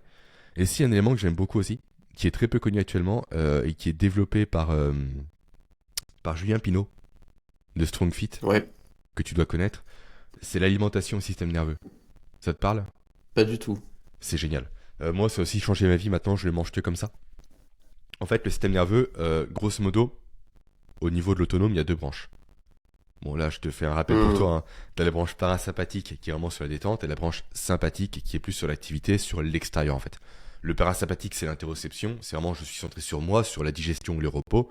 Le sympathique, c'est je vais conquérir le monde. En résumé, c'est ça. Maintenant, si on prend les macronutriments de base, à savoir protéines, glucides, lipides. Qu'est-ce qu'on remarque?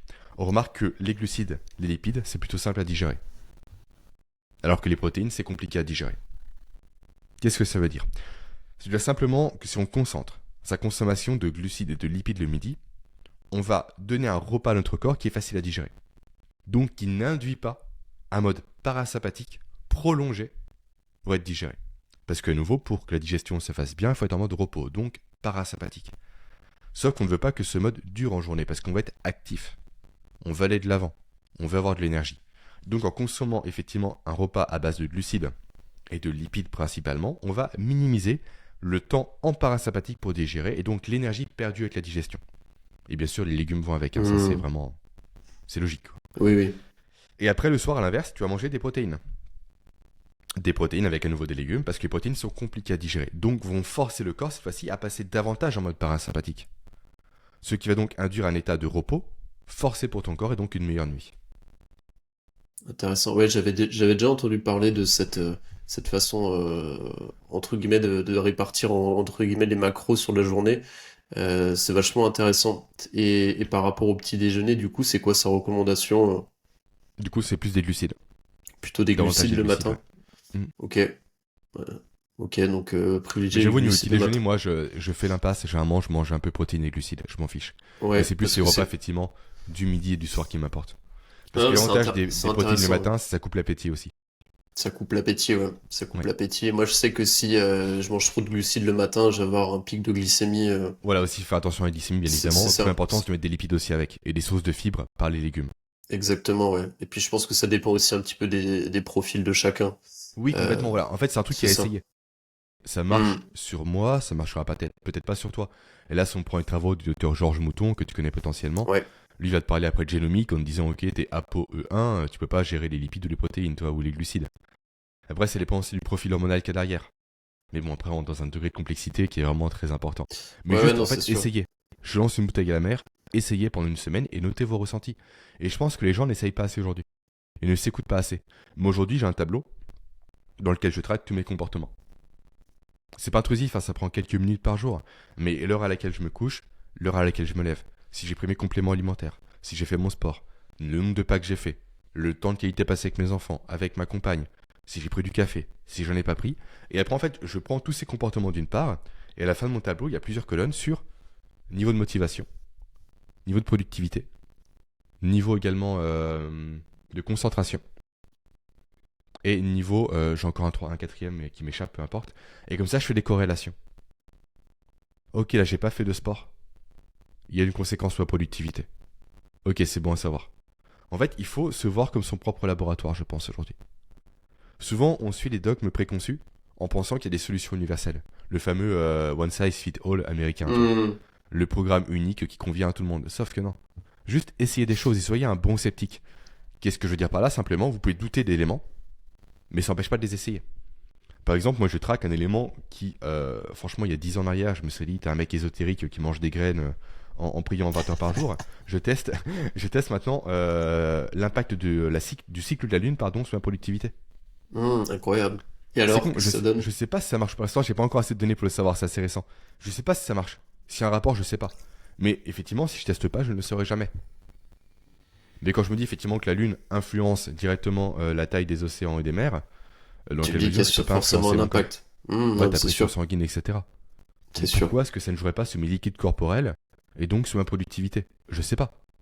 Mais effectivement, si tu comprends ça, tu peux dire ok, si jamais il y a un impact, hein, là c'est la pleine lune, je sais que de base, je serai moins productif. Ok, maintenant comment je pallie ce problème-là? Est-ce que en prenant du café par exemple, à ce moment-là, ça peut pallier? Peut-être. Je sais pas. Mais essayons. Mais c'est vrai que les femmes ont un avantage par rapport à nous, par rapport à ça, celles qui ne prennent pas, on va dire, de moyens de contraception. C'est qu'elles n'ont pas le choix. Elles doivent s'écouter, de comprendre leur cycle et de composer avec. Et les hommes ont également des cycles, ultradiens et infradiens, sauf qu'on est moins sensible à ça. Mais en comprenant ces cycles-là, on peut à nouveau s'adapter au quotidien au travers de ces cycles pour être le plus efficace possible. Et du coup, ça fait quoi un sujet? On en a parlé plusieurs fois durant le podcast, mais comment est-ce que tu fais toi pour cultiver l'écoute de soi? Est-ce que tu as des grands principes? Alors, tu as évidemment tout Bah, ton système d'organisation, le fait de te protéger en fait de la distraction, de ouais. t'allouer des temps pour toi, mais est-ce que tu as peut-être des grands principes à partager? Comment est-ce que tu fais toi au quotidien? Alors déjà, faire un tableau de tracking comme je l'ai fait permet de s'écouter plus. Parce qu'on peut rationaliser sa journée. En fait, est-ce que j'ai été énergique, est-ce que je l'ai pas été? On peut avoir cette notion un peu binaire des choses qui permet, en quelque sorte, non pas de s'écouter, mais de faire un constat. Et plus on fera ce constat, plus on pourra s'écouter également. Et après, c'est bête, mais juste, vous baillez, vous décrochez, ce qui est une raison, quoi. Peut-être arrêter de bosser, peut-être partir à marcher. Juste savoir identifier les signaux. En fait, t'as du mal à te concentrer sur ton boulot, t'es plus sur ton portable que sur ton boulot, ce qui est une raison. Arrête de t'obstiner, ça ne marchera pas. Va faire une sieste. Si tu peux le faire, bien sûr. En fait, c'est plus repérer ces micro-signaux qui te font décrocher au quotidien. Tu le sais, quand t'es en état de flow, c'est des trucs un peu stéréotypés, mais rien ne peut t'arrêter. Donc là, tu dis, ok, je continue. Les signaux sont verts. Mais dès lors que tu veux constamment, tu penses constamment à manger, à faire autre chose, que tu bailles constamment, que tes yeux te piquent, juste saisis ces signaux-là, prends-les, et après, avise quoi. Soit tu t'obstines, mais du coup, tu en paieras les conséquences. Au niveau de ton boulot, ce ne sera pas qualitatif. Soit tu les écoutes et tu fais un break. Mais c'est plus effectivement être capable de repérer les micro-signaux. C'est pas évident, hein. Bon, mais pour moi, ça me parle beaucoup, hein. Mais je pense que tu vois, pour beaucoup de gens, c'est même ça reste tout à fait abstrait tout ça en fait. Même Bien sûr. d'avoir la conscience que en fait je suis fatigué ou que je baille plus ou que je suis pas Mais à nouveau, en fait, les productif. gens sont constamment fatigués Hmm. aujourd'hui. Bah c'est Les ça, gens sont c'est ça. constamment fatigués. À nouveau, la norme n'est pas la normalité. Pour eux, être constamment fatigué, avoir un coup de barre terrible entre midi et deux, c'est normal. Non. C'est à Oui, c'est manger juste pas des normal. aliments de MERDE qui créent un pic de glycémie, qui créent une hypoglycémie réactionnelle qui te fatigue. Ça, c'est la C'est conséquence en ça. fait. Hmm. En fait, ta fatigue, c'est pas la normalité, c'est tout simplement un symptôme. Maintenant, on remonte à la cause. Et c'est pour ça, effectivement, dans mes contenus, que j'aime aller au fond des choses. En fait, pour moi, la connaissance passe par la compréhension et passe par la responsabilisation. C'est pour ça que j'aime tant la physiologie et le corps humain.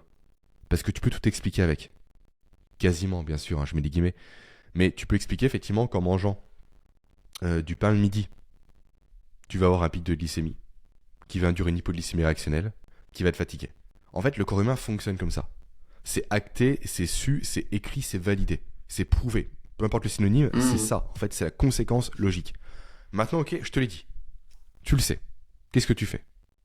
Soit tu continues, t'en fais les frais, mais tu te plains pas comme quoi t'as pas de chance. T'as de dire que c'est l'état, c'est la météo, je suis né comme ça. Non, ça c'est faux, c'est des conneries. Tu te mens à toi-même. Ou soit maintenant tu le sais, tu agis. Et tu vois la différence. Et la prochaine fois que tu vas faire une connerie, tu seras capable de te dire, ok, le problème, la fatigue, vient de là. Maintenant, demain, soit je rebondis, soit je continue. Mais j'assume les conséquences. Pour moi, Hmm. cette notion de C'est responsabilisation clair. est essentielle aujourd'hui. Les gens sont de moins en moins responsables. C'est constamment la faute de l'État, du manque de chance, de ses enfants, etc. Je dis pas que ces facteurs ne jouent pas. Bien sûr qu'ils jouent. Mais dans tous les cas, même s'ils jouaient, qu'est-ce que tu peux faire? Rien. Joue sur les leviers que tu as à disposition. Ta nutrition en est un, ton sommeil en est un, ton mouvement en est un. Et en fait, il y en a plusieurs et on peut les activer. Donc, effectivement, il faut déjà comment dire, donner au corps les bons ingrédients pour qu'il puisse être efficace. C'est la Et c'est vrai base. que c'est paradoxal, mais plus on est en bonne santé, plus on prend soin de son corps, plus on prend soin de son alimentation, de son sommeil, plus les écarts, on les ressent. Bah oui, c'est clair. C'est clair. Parce qu'on touche en fait un niveau, entre guillemets, d'excellence de son corps. C'est jamais excellent. Mais forcément, plus tu tends vers l'excellent, plus quand tu retournes vers la médiocrité, ça va se remarquer. Ton corps va te le Effectivement, les faire gens sentir. lambda Hmm. qui ont constamment un mauvais mode de vie, un mauvais mode alimentaire et j'en passe, ils sont un peu dans un ventre mou, où au final la fluctuation n'a pas d'importance. Parce qu'ils la ressentent pas. Ils sont déjà bas en quelque sorte, donc bas ou plus bas, c'est pas si important, tu vois. Mais c'est comme pour une voiture. T'as ton ancienne voiture, tu la quittes pour une voiture de sport, tu roules avec pendant, je sais pas, pendant 6 mois, tu vois une petite différence, c'est pas si important que ça. Mais quand tu reviens à l'ancienne voiture, Tu dis, oh putain, oui, effectivement, oui. Ah oui, Ça n'a rien à voir. tu vois C'est la nuit et le le gap. jour. Exactement. Le gap est plus Exactement. compliqué à percevoir du bas vers le haut que du haut vers le bas. Ouais, Donc ouais, plus c'est vous allez pour. prendre soin de vous avec les podcasts de Boris, avec ses invités, avec des contenus comme les miens, avec des livres, etc., avec des vidéos YouTube et j'en passe, plus vous serez à même effectivement de comprendre ses ressentis, de vous écouter. Parce que si le corps de base est médiocre en quelque sorte, plus de médiocrité va pas changer grand-chose.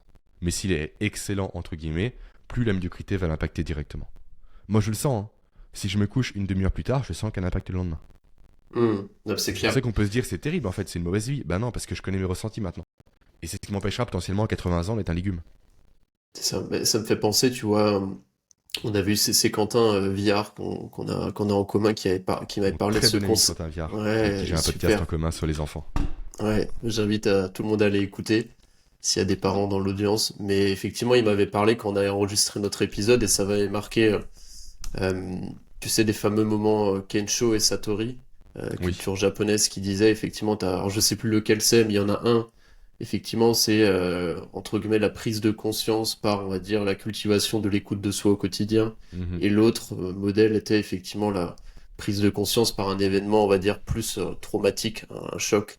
Et pour moi, ça fait aussi un peu écho à ça. Si on n'est pas à l'écoute de soi au quotidien, bah, en fait, on a plus de chances potentiellement à avoir, tu vois, de se prendre un mur et que en fait le mur amène une grosse remise en question plutôt que Ouais. si on cultive cette présence et cette écoute de soi au quotidien. Ça permet de faire des petites itérations tous les jours et de C'est le fameux j'ai pas progresser. de chance. C'est ça en fait. En fait, C'est je me rends ça. pas compte que mes comportements du quotidien m'ont amené à un tel résultat qui est négatif. Toi, c'est comme ma mère a eu un cancer du sein récemment. Pardon. Et du coup, ce qui est soigné, c'est quoi? C'est la tumeur. Hmm. Sauf que si de base, tu soignes pas le comportement qui t'a amené à avoir la tumeur, bah, tu vas avoir une tumeur. C'est con, mais c'est logique en fait. Les gens, aujourd'hui, on traite constamment le symptôme et pas la cause. On ne remonte jamais jusqu'à la cause. C'est terrible, je trouve. C'est C'est terrible. terrible. C'est Parce qu'on fait terrible pas ce et travail-là de comprendre. Après, effectivement, c'est un travail qui demande un long cheminement. On est bien d'accord. Sauf que votre corps, vous en avez qu'un, c'est votre véhicule. Si vous le négligez, eh ben c'est foutu. Et moi, j'aime mieux en prendre soin avant d'être dans un mur que après avoir pris le mur. bah c'est clair, moi pareil, tout pareil. Mais mais sujet intéressant du coup de comprendre la cause de la cause de la cause. Toi, qu'est-ce Oui, que c'est le principe aristocratique. Ouais. ouais, toi, qu'est-ce que est-ce que tu as des outils des grands principes? Je sais que bah tu vois, moi je sais que la respiration m'a beaucoup aidé pour travailler l'écoute de soi, pour travailler la connexion à soi et puis même cultiver un peu des états de conscience, on va dire altérés, modifiés. Je pense que tu peux aussi toucher ça en méditation, dans la pratique d'un art manuel, dans le sport. Euh, Comment est-ce que tu cultives toi ces moments de pleine présence, de flow, de connexion où t'as vraiment, bah tu enfin, t'es vraiment connecté à fond avec le présent, le soi, ou qu'est-ce que Bah, t'as? moi, c'est vraiment durant la marche C'est la marche, ok. et la musculation et le sport de façon générale. Et même comment dire, le plus significatif, c'est le Krav Maga maintenant. Et je pense que je peux le généraliser à tous les sports de combat parce que t'es forcément dans l'instant présent. T'as pas le choix. Quand t'es face à quelqu'un qui cherche à te taper, entre guillemets, parce qu'on est sur un sport de self-défense et pas un sport de combat, mais en fait, la pression est tellement importante que t'es forcément dans l'instant présent.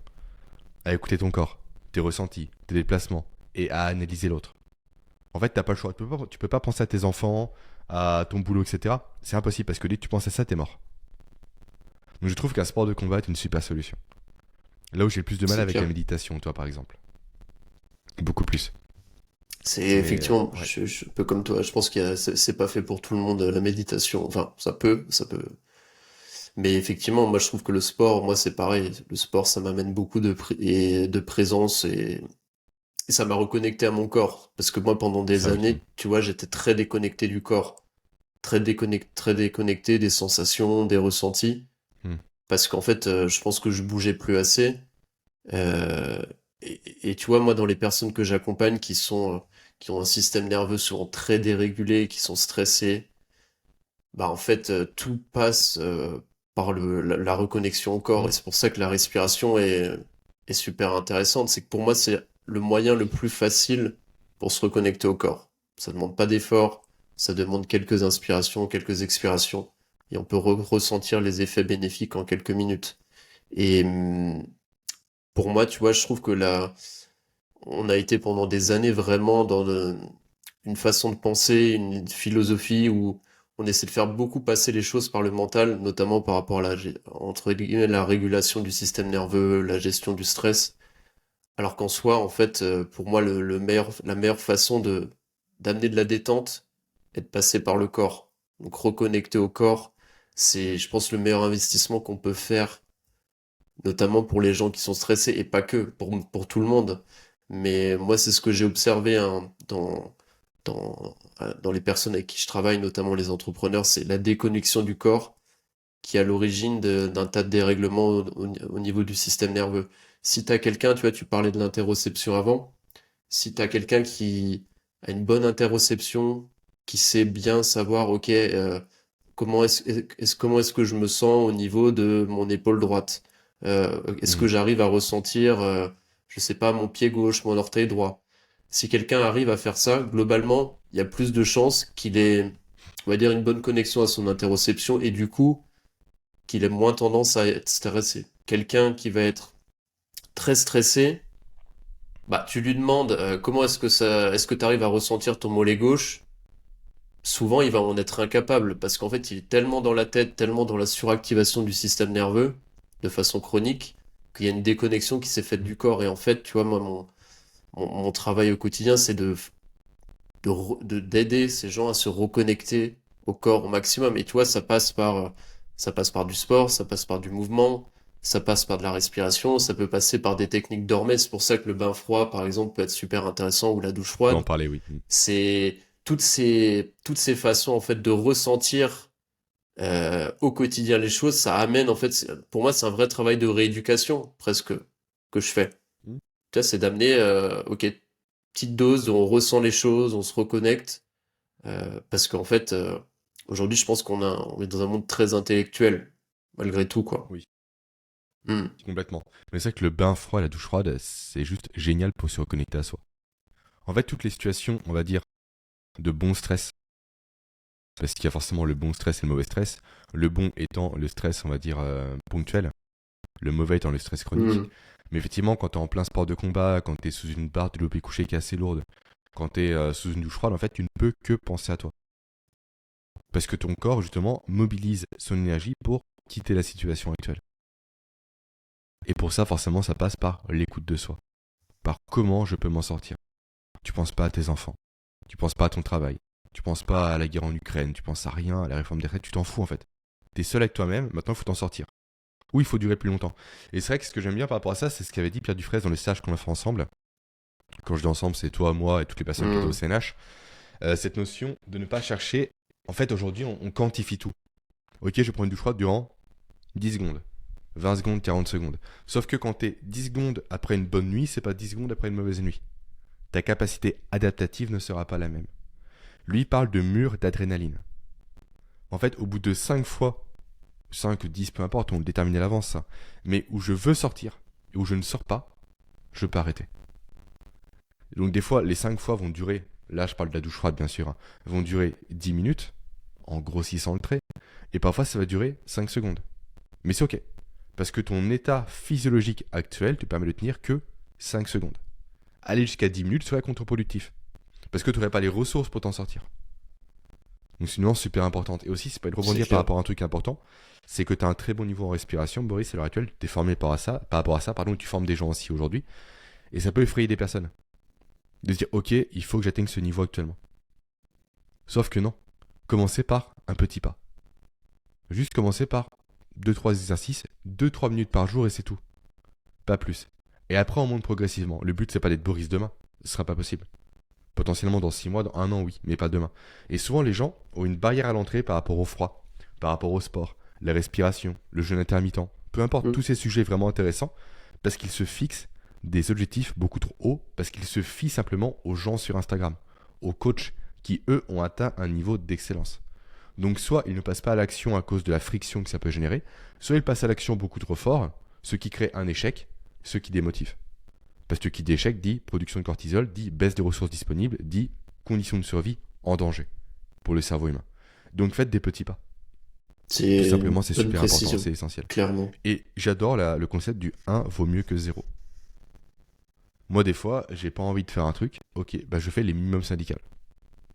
Juste 1 vaut mieux que 0. Il faut mieux faire une chose que de ne rien faire. C'est clair, Une pompe par jour vaut mieux que 0 pompe par jour. c'est Même clair. si une pompe par jour, ça n'amènera à rien, mais ça sera toujours mieux que 0 pompe par jour. Fameux Donc effet voilà, cumulé. vraiment. Ouais, c'est ça complètement. Et prenez votre temps, quoi. Prenez votre temps, c'est pas une course, c'est une course qu'envers vous-même et pas envers les autres. Donc faut Non, c'est arrêter de clair. mettre des barrières mentales, commencer doucement, quoi. 100% d'accord avec ça. Il y a un dernier sujet que je voulais aborder avec toi avant qu'on passe à la fin de cet épisode. C'était par rapport au microdosing. Moi, c'est un sujet qui m'intéresse beaucoup et je vais t'expliquer pourquoi. Bah, comme tu le sais, moi, je m'intéresse beaucoup à tout ce qui est euh, travail sur le système nerveux, gestion du stress et de l'anxiété, parce que moi, c'est un sujet qui me parle énormément pour avoir été, bah, comme tu le sais, en stress chronique durant une période de ma vie en tant qu'entrepreneur. Il y a énormément d'études en ce moment et d'expérimentations qui se sont faites sur, on va dire, le microdosing. Quand je parle de microdosing, c'est notamment pour moi de microdosing de psilocybine. Ça peut être aussi fait que du LSD. Et il y a toute une tendance de fond depuis des années, notamment outre-Atlantique aux États-Unis, où on va dire, il y a deux en branches que moi j'ai pu voir. C'est soit la branche, on va dire, des créatifs de la Silicon Valley, des Steve Jobs Oui. et compagnie, qui expérimentent ça pour but de créativité, on va dire de productivité. Et il y a une autre branche qui est plutôt sur cultiver l'awareness Mhm. et grosso modo gestion du stress et de l'anxiété. Euh, je l'ai expérimenté pendant un mois, moi, il y a quelques, enfin, c'était il y a 2 mois. Euh, quel a été, toi, est-ce que je sais que tu as un petit peu expérimenté, quel a été ton retour d'expérience à ce sujet et quelle a Déjà, été ta attention, motivation première? ce n'est pas légal en France. Tout à Juste fait. voilà, je tiens à le préciser, Hum, la psilocybine, c'est un champignon qu'on trouve partout en France, mais qui n'est pas légal en France en microdosing. Voilà, allez chercher à comprendre le paradoxe. On parle vraiment de la psilocybine, je pense, parce que LSD et tout, là, ça commence à être un peu hum, touchy. La première fois que j'en ai pris, ça m'a vraiment fait un effet assez particulier. Un effet tunnel. En mode vraiment full concentration, très productif et j'en passe. J'ai réellement ressenti. Après le microdosing, il y a plusieurs protocoles qui existent, dont le protocole Fadiman qui est le plus connu. C'est un mycologue très, très connu qui explique simplement, en fait, c'est comme le café. On va s'accoutumer au microdosing. Donc si on veut en prendre, il faut savoir alterner les jours avec prise et les jours sans prise. Lui, de mémoire, recommande, je crois, prise sans prise, prise sans prise et 2 jours off. c'est ça. Pour initialiser, après on reprend. Hum, Après, il y a aussi le protocole de Paul Stamets qui est un peu plus poussé, où je crois que c'est 5 jours de prise et puis après off durant plusieurs jours. Je l'ai plus en tête précisément, mais peu importe. Moi, réellement, j'ai ressenti au tout début des effets positifs, mais je me suis rapidement accoutumé au microdosing. C'est mon cas personnel encore une fois. hum. Donc effectivement, j'ai ressenti réellement l'effet tunnel, la concentration, mais ça n'a pas été une révélation non plus. Mais après, il faut essayer. Il faut trouver sa dose. Il faut savoir également comment bien se microdoser. Qu'est-ce que je veux dire par là? On en revient à ce qu'on a dit précédemment par rapport à la fatigue et au sport. Précédemment, ça fait déjà une bonne demi-heure, voire 1 heure qu'on en a parlé, mais c'était précédemment. Euh, Se microdoser. En fait, c'est quoi? C'est exiger plus de son corps. Tout simplement. On veut le pousser au-delà de ses capacités, entre guillemets, naturelles. À nouveau, c'est pas une drogue, c'est pas révolutionnaire, mais c'est le cas. On veut augmenter les capacités qu'on n'a pas actuellement. Donc, faire ça quand on est fatigué, c'est tirer trop sur la machine. C'est comme pour le café. Il ne faudrait pas consommer de café quand on est fatigué. Parce que le crash de caféine qu'il y aura derrière sera beaucoup plus violent. Et il va d'autant plus fatiguer le corps. Donc, si vous voulez vous microdoser, faites-le. Hein. Effectivement, c'est illégal. Ça se commande très facilement. Je ne vais pas donner de site, mais c'est très simple à avoir. C'est pas passible de prison, c'est pas de la drogue. Hein. C'est simplement un champignon qui est déshydraté. Ni plus ni moins. Donc, si vous voulez le faire, effectivement, attendez les bonnes conditions. Avoir de l'énergie, ne pas avoir de stress. En fait, il faut que tout se passe bien, quoi. Il faut que ce soit un plus et non pas un palliatif à nouveau. Faut pas que ce soit une béquille. Après, commencez doucement avec les microdoses recommandées. C'est pas appétissant. Tu peux confirmer, je pense. C'est caoutchouteux. C'est pas terrible, C'est effectivement. pas On se terrible. régale pas. Non, non, c'est compliqué à C'est un goût un mastiquer, peu caoutchoukeux, c'est caoutchouteux, voilà, c'est ça a pas tout ce qu'il terrible. faut pour être repoussant. Mais juste, voilà, il faut essayer à nouveau. Moi, ça a eu des effets sur les premières doses. Après, ça n'en a plus eu. J'ai terminé toute ma cure de microdosing pendant un mois, et au final, à la fin, j'avais quasiment pas d'effet. Hmm. Mais Après, c'est... mon niveau de productivité n'est pas un niveau, on va dire, façon de parler, moyen. J'ai un bon niveau à l'heure actuelle. Donc, par rapport à une personne qui a un niveau plus classique, qui a du mal à se concentrer, j'en passe, ça peut peut-être avoir un effet qui est différent. Tout à fait, ouais. Je À pense nouveau, c'est pas aussi. du one size fit all. Ça va dépendre de vous. Exactement. C'est vrai que les gens n'aiment pas cette réponse-là, je suis désolé, mais ça dépend. Juste essayez. Moi, je sais que le café, donc là, c'est du déca parce que j'en bois maintenant qu'un jour sur deux, voire moins. Là, faut que tu le vois à la caméra quand même. À une époque, j'étais accro au café. Et ça me faisait plus effet. Autant te dire, pardon, que lorsque mon fils ne faisait pas ses nuits le premier, à la fin des 2 ans, je tournais à 2 cafetières par jour. Et je dis bien cafetière, hein. Hmm. Et pas cafetière de café dilué américain, non. Je faisais mon café moulu, etc. Je le surdosais, quoi. J'en tremblais littéralement. Mais j'avais plus cet effet de concentration. Hmm. Parce que je m'étais adapté. C'était trop. Hmm. Alors que je donne un café à Aurélie, ma compagne, je pense qu'elle monte dans les tours immédiatement. Hmm. C'est clair. Et moi, à l'inverse, c'est l'alcool. Vu que je bois pas d'alcool, je prends un verre d'alcool, je le sens immédiatement. Tu le sens Une immédiatement, ouais. personne qui a l'habitude d'en consommer n'aura aucun effet. Ça dépend du gabarit, ça dépend du poids, ça dépend de la condition physique, de l'énergie, ça dépend de tellement de choses. Je peux pas vous dire à l'avance si ça va marcher ou non. Mais à nouveau, essayez juste. Moi, j'ai ressenti à nouveau des effets positifs. Les premiers jours, pas le reste. Hmm. Après, il y a un autre élément qui est assez intéressant, qui est plutôt ludique. C'est Quentin Viard, justement, qui me l'a fait découvrir. Ce sont les cafés microdosés en champignons. Je sais pas si tu connais. Si, j'en ai entendu beaucoup parler, il m'en avait parlé aussi, Quentin. Alors, si t'aimes bien le café, t'en prends pas parce que c'est du café lyophilisé qui est immonde. Ok. Mais après, voilà. Et en fait, je sais pas en quelle mesure ça marche réellement parce que qui dit forcément café dit exposition de la microdose, donc soit en psilocybine, soit en Lion's Made et j'en passe, à une forte chaleur avec l'eau. Dans quelle mesure la température de l'eau dégrade pas la microdose, je sais pas. Pas essayé de mon Après, côté, non. Mais c'est compliqué, je j'ai vois pas. que c'est une grosse tendance en ce moment. Je vois Ouais, c'est une beaucoup. grosse tendance. Bah, Hmm. nouveau, c'est comme le bulletproof coffee, C'est ça, coffee, c'est ça. etc. C'est un truc facile à consommer, bien marketé, ça passe bien. Peut-être que ça marche. Peut-être pas. Moi, j'ai essayé, j'ai pas senti d'effet positif. Mais mine de rien aussi, joue dans tout ça votre croyance dans le produit. On en Tout à revient à fait. Carl Friston en fait. C'est exactement le principe du placebo. Si C'est vous êtes clair. convaincu que ça va apporter de l'énergie, du bien, des bénéfices et j'en passe, il y a de grandes chances que ça le fasse. Du coup, où est le problème? Parce que c'est pas mauvais pour la santé. Donc faites-le. Par Hmm. contre, si de base vous partez défaitiste, ça marchera jamais, Ça j'en sert passe, à rien. effectivement, ça marchera pas. Ça sert strictement à rien. Donc soyez neutre, accueillez le produit et essayez. Toujours tester, effectivement. Ouais. Effectivement. Comment est-ce que tu te vois dans 5 ans? Comment tu vois la suite un peu pour toi? Dans 5 ans, C'est quoi ta grande vision? toujours un physique au top. Dans 5 ans, j'aurai 36 ans, et c'est vrai que c'est con, mais ça fait un peu personne qui s'occupe que de l'appareil et de l'apparence, mais je suis pas d'accord parce que ça représente la santé. Hmm. Mais j'ai toujours eu un bon corps, avec vraiment, j'étais à mon prime, on va dire, à mes 22 ans. Et en fait, maintenant, je me dis que c'est très simple d'avoir un beau physique à 20 ans, plus compliqué à 30, encore plus dur à 40, encore plus compliqué à 50, et j'en passe. Et constamment, mes proches me rabâchent, ok, c'est bien beau, t'es jeune, etc., mais tu vas tout perdre. En fait, moi, je pourrais qu'à 50 ans, j'aurai encore un physique de dingue, toi. Et c'est con à Ouais. dire, mais en fait, je vais être la personne. En fait, moi, je vais être un modèle pour mes enfants. Si je résume. Je vais être inspirant pour eux. Je veux pas être ce père bedonnant qui passe la journée devant la télévision, qui gueule ses gamins, qui les éduque pas, qui s'en fout d'eux, tu vois. Moi, je veux être un modèle pour mes enfants. Donc, et ça va passer par quoi? Par effectivement faire du sport devant eux. C'est ce que je fais actuellement. Mon gamin qui a 4 ans et demi fait du sport avec moi, tu vois. Je Génial. vois prendre des mini kettlebells, etc. courir partout, Génial. il est Ah, super content j'adore. et c'est génial. Je voudrais également cultiver un jardin, ça peut paraître con, mais j'aimerais remettre aussi les mains dans la terre, tu vois. En fait, je veux me reconnecter. Ah, ça fait très hippie, je déteste ça, je sais bien, mais me Ah, reconnecter à la t'y nature, arrives, tu vois. Jérémy. Non, je suis tellement rationnel, c'est terrible. Je veux me reconnecter à la nature, tu vois. Voilà, avoir Ouais, mon non, mais petit je jardin, sais. etc. Et Hmm. aussi avoir une maison, là, ça fait un peu collapsologue, mais une maison autonome. Dans le Hmm. sens avec, voilà, avec mon jardin, deux, trois trucs, où je peux vivre en autonomie dedans s'il faut, toi. Parce qu'on se dirige dans un monde, je pense, qui peut partir en live assez rapidement. Et si on peut pas avoir un lieu sûr avec de la nourriture, etc., où on est un peu autonome, ça peut devenir compliqué. Et je veux offrir du coup cette sécurité à mes enfants. En fait, moi j'ai deux principes, c'est sécurité et santé, à l'heure actuelle. Donc je veux tendre à une vie avec de la sécurité et avec de la santé. Donc avec mes enfants, à rire, à m'amuser, à faire toujours plus de sport, à être plus dehors aussi que devant un écran. Et aussi j'ai vocation à être la référence de mon domaine.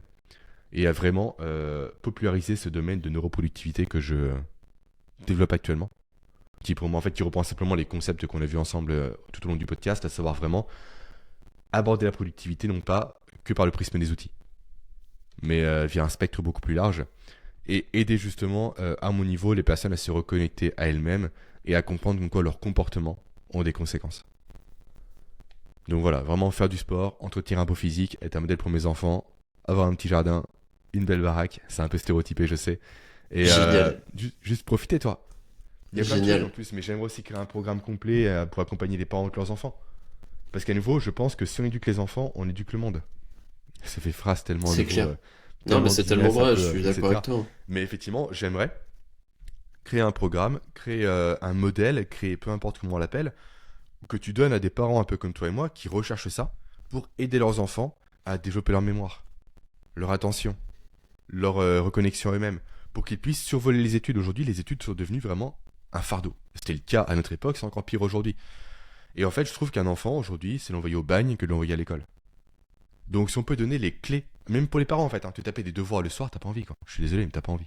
T'as la flemme, c'est compliqué, t'en as ras le bol. Ah oui. Donc donner les clés des choses toutes bêtes, mais comme la répétition espacée. En fait, tout ce que devrait apprendre l'école aux enfants et aux parents, j'aimerais pouvoir le donner. Pour que les Génial. enfants réellement puissent survoler l'école, puissent prendre du plaisir et puissent ne pas sacrifier leur soirée et leur week-end à réviser des putains de devoirs à la con quoi. Via des méthodes qui ne marchent pas. Et on sait qu'elles ne marchent pas. La répétition forcée ne marche pas. Ça marche pour retenir sur du court terme, pas sur du long terme. Alors que la répétition espacée, avec le rappel actif, ça marche.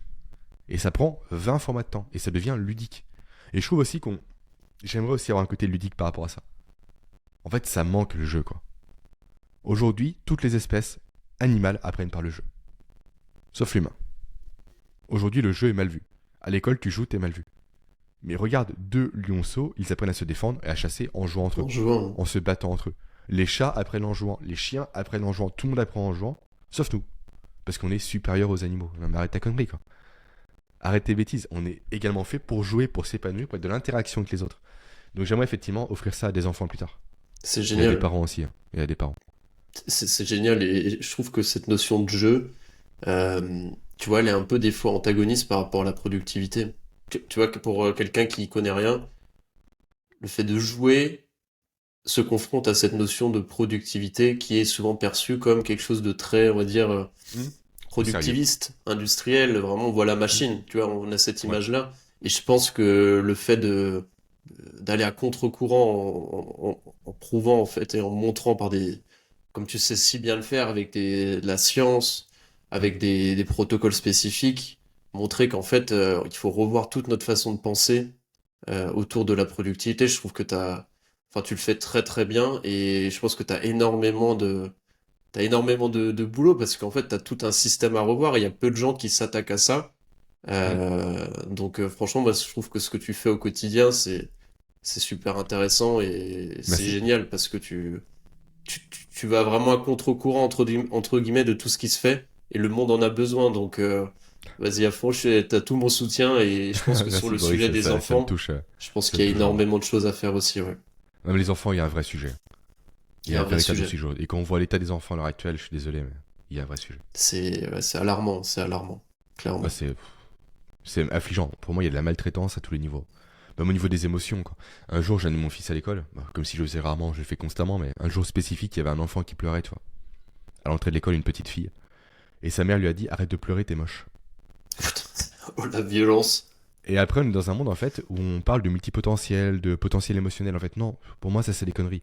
Il y en a quelques-uns, oui, mais aujourd'hui, chaque parent dit que mon enfant est ultra sensible, etc. Ouais, C'est c'est pas des qu'ultra conneries. sensible, c'est qu'il connaît pas ces putains d'émotions. En fait, dans votre famille, vous avez que deux émotions, la colère, la joie. Mon fils, depuis toujours, on lui fait nommer ses émotions. Papa, je suis stressé. Je suis jaloux. Et des fois, je dis, attends, t'es en colère. Non, je suis pas en colère, je suis triste. Il sait l'exprimer. Génial. Ouais, Et en c'est fait, super. quand tu sais exprimer quelque chose, tu sais la maîtriser. Aujourd'hui, le vocabulaire émotionnel est ridicule chez un enfant. Et ça en fait quoi des adultes abrutis qui ont que deux modes de fonctionnement, soit je suis en colère, soit je suis content. En fait, il y a un panel d'émotions qui est énorme, mais que personne ne saisit, quoi. Donc arrêtez avec vos multipotentiels, vos potentiels émotionnels et j'en C'est passe. insupportable, Juste non, c'est parlez à clair. vos enfants, quoi. Et faites-leur comprendre ce qu'ils ressentent. Arrêtez aussi de les frustrer dans leurs émotions. Arrête de pleurer. Mais laisse-le pleurer ton gamin, il en a besoin quoi. C'est ça. Arrête de pleurer, t'es pas un homme. Putain, arrête tes conneries quoi. Il y a tout à Voilà, revoir.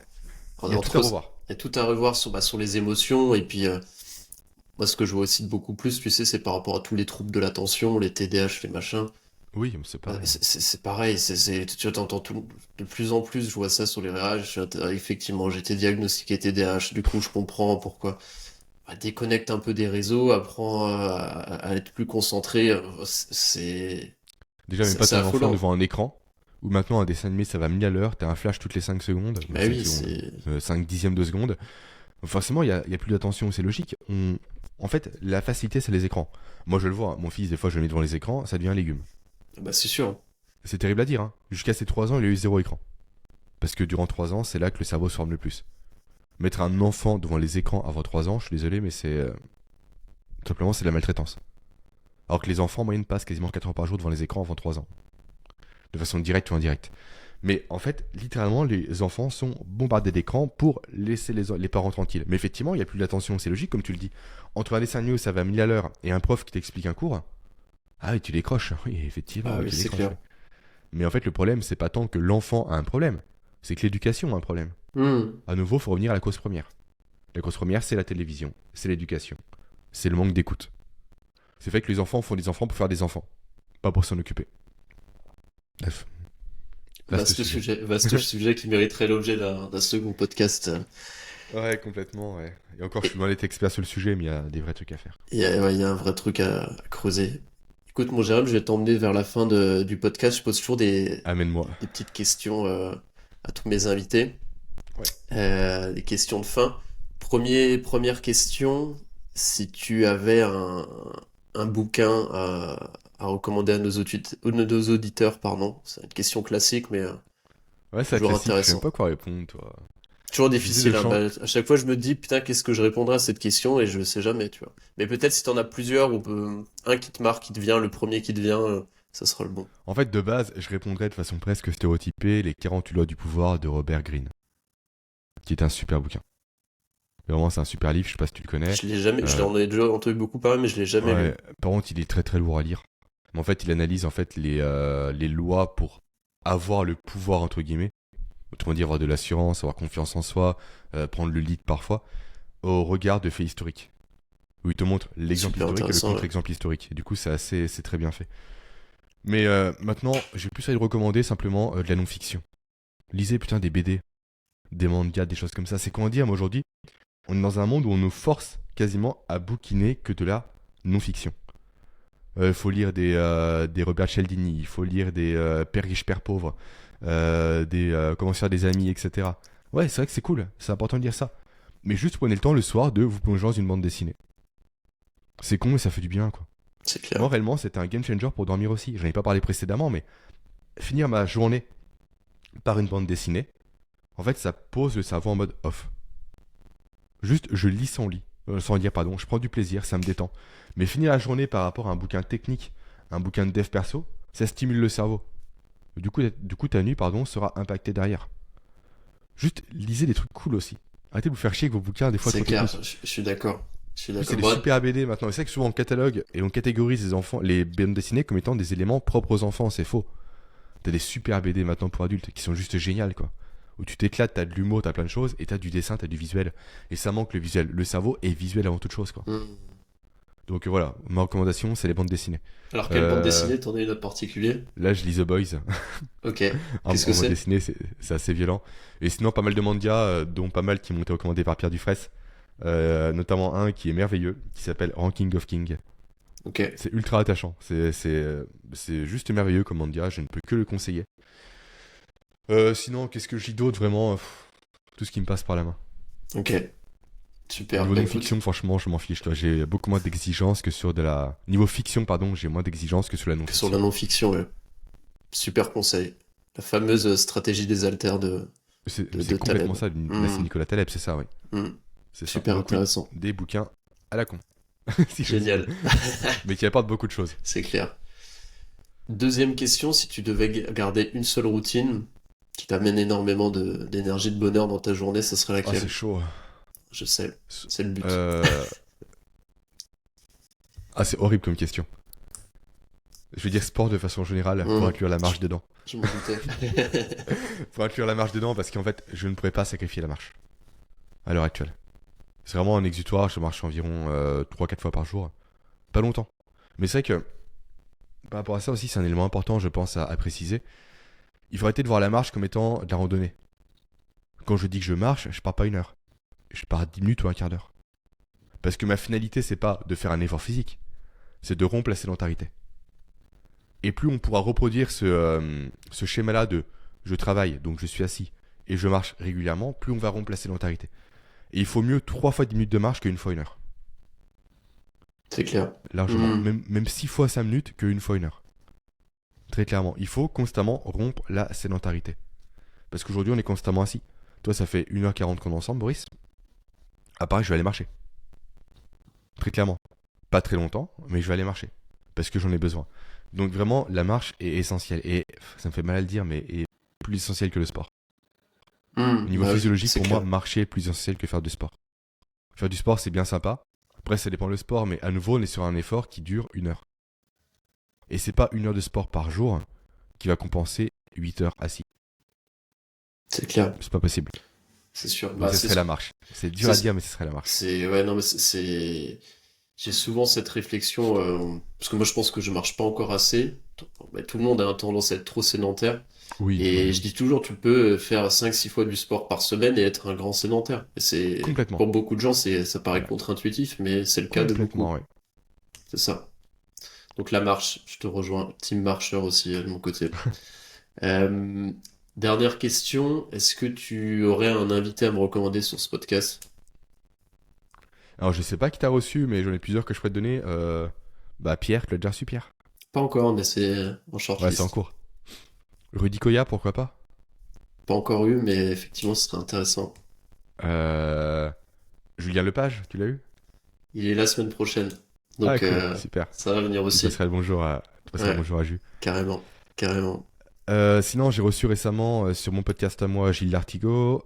J'ai reçu aussi Jack de Jack Steam. Ouais, je C'est l'ai du pas CrossFit. écouté d'ailleurs cet épisode. Il est pas J'imagine encore que sorti, donc ça va être Ok, compliqué pour l'écouter.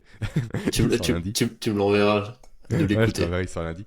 Et qui je pourrais te conseiller d'autre? Et Après, peut-être ça dépend de par... quoi tu veux parler. De quoi? Non, non, mais c'était plus, c'est très bien, ça me va comme réponse. C'était plus ce qui Je te me mettrai en venait à relation si tu toi. veux avec ces gens-là. Ouais, ouais, Si t'as carrément. Mais besoin, c'est je les plus ce connais qui te tous, vient tous aussi, très bien.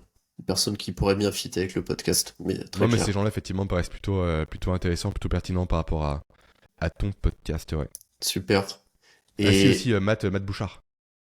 Matt Bouchard, que je connais pas. Matt Boulet, pardon. Matt Mathieu Boulet Boulet, oui, bah oui, mais il y a très aussi bon. Matt Bouchard aussi qui existe, hein, qui est très très bon, notamment bah, en microdosing et en tropique, mais que je connais pas. Ok. Mais Matt Boulet, par contre, je te le conseille vivement, j'ai reçu aussi, il est super, Matt. Ouais, je conseille cet Il épisode est que j'ai vraiment cool. écouté qui est génial, vraiment très Il très est cool. vraiment cool.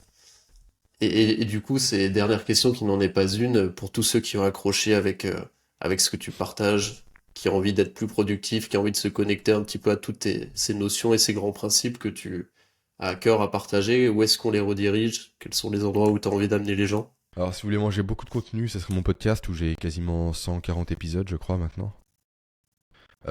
Pour ceux qui veulent réellement un truc plus travaillé, ce sera ma chaîne YouTube. Parce que maintenant, je filme mes épisodes depuis Hmm, début 2023, avec l'effort de faire des incrustations de chaque étude scientifique que je cite, parce que je veux que mes propos soient validés par la science. À nouveau, c'est cette notion dont je t'ai parlé plus tôt de responsabilisation. En fait, factuellement, il se passe ça dans ton corps. Maintenant, soit tu agis, soit tu n'agis pas. Mais tu fait des choses. Tu peux plus l'ignorer, c'est plus possible. hmm. Après, maintenant, je suis actif sur LinkedIn aussi. Donc, Jérémy Coron, Coron C-O-R-O-N, où je publie maintenant du lundi au vendredi des carousels. Et voilà, mais principalement, ce sera le podcast. Génial. Génial. Et t'as aussi des formations, c'est Oui, ça? je sais les formations, oui, c'est vrai que j'y pense pas, mais oui, je sais les formations, ouais. Mais là, je remets un peu tout à plat parce que je veux centrer réellement mon travail sur la neuroproductivité. Hmm, Donc, oui, j'ai un atelier gratuit justement d'initiation à la neuroproductivité qui dure quasiment 1 heure, qui est 100% gratuit à nouveau. Je pourrais te passer le lien si je m'étais intéressé. carrément. Et ouais, vraiment, je veux que mon cœur de travail soit la neuroproductivité. Et qu'il y ait un livre qui accompagne du coup ce travail-là. Là, c'est en cours de négo pour l'instant. Ah, génial, super nouvelle. Je t'en parlerai après, mais je vais pas trop en parler parce que c'est pas encore acté, mais C'est teasing. Ok, bah ça marche. voilà.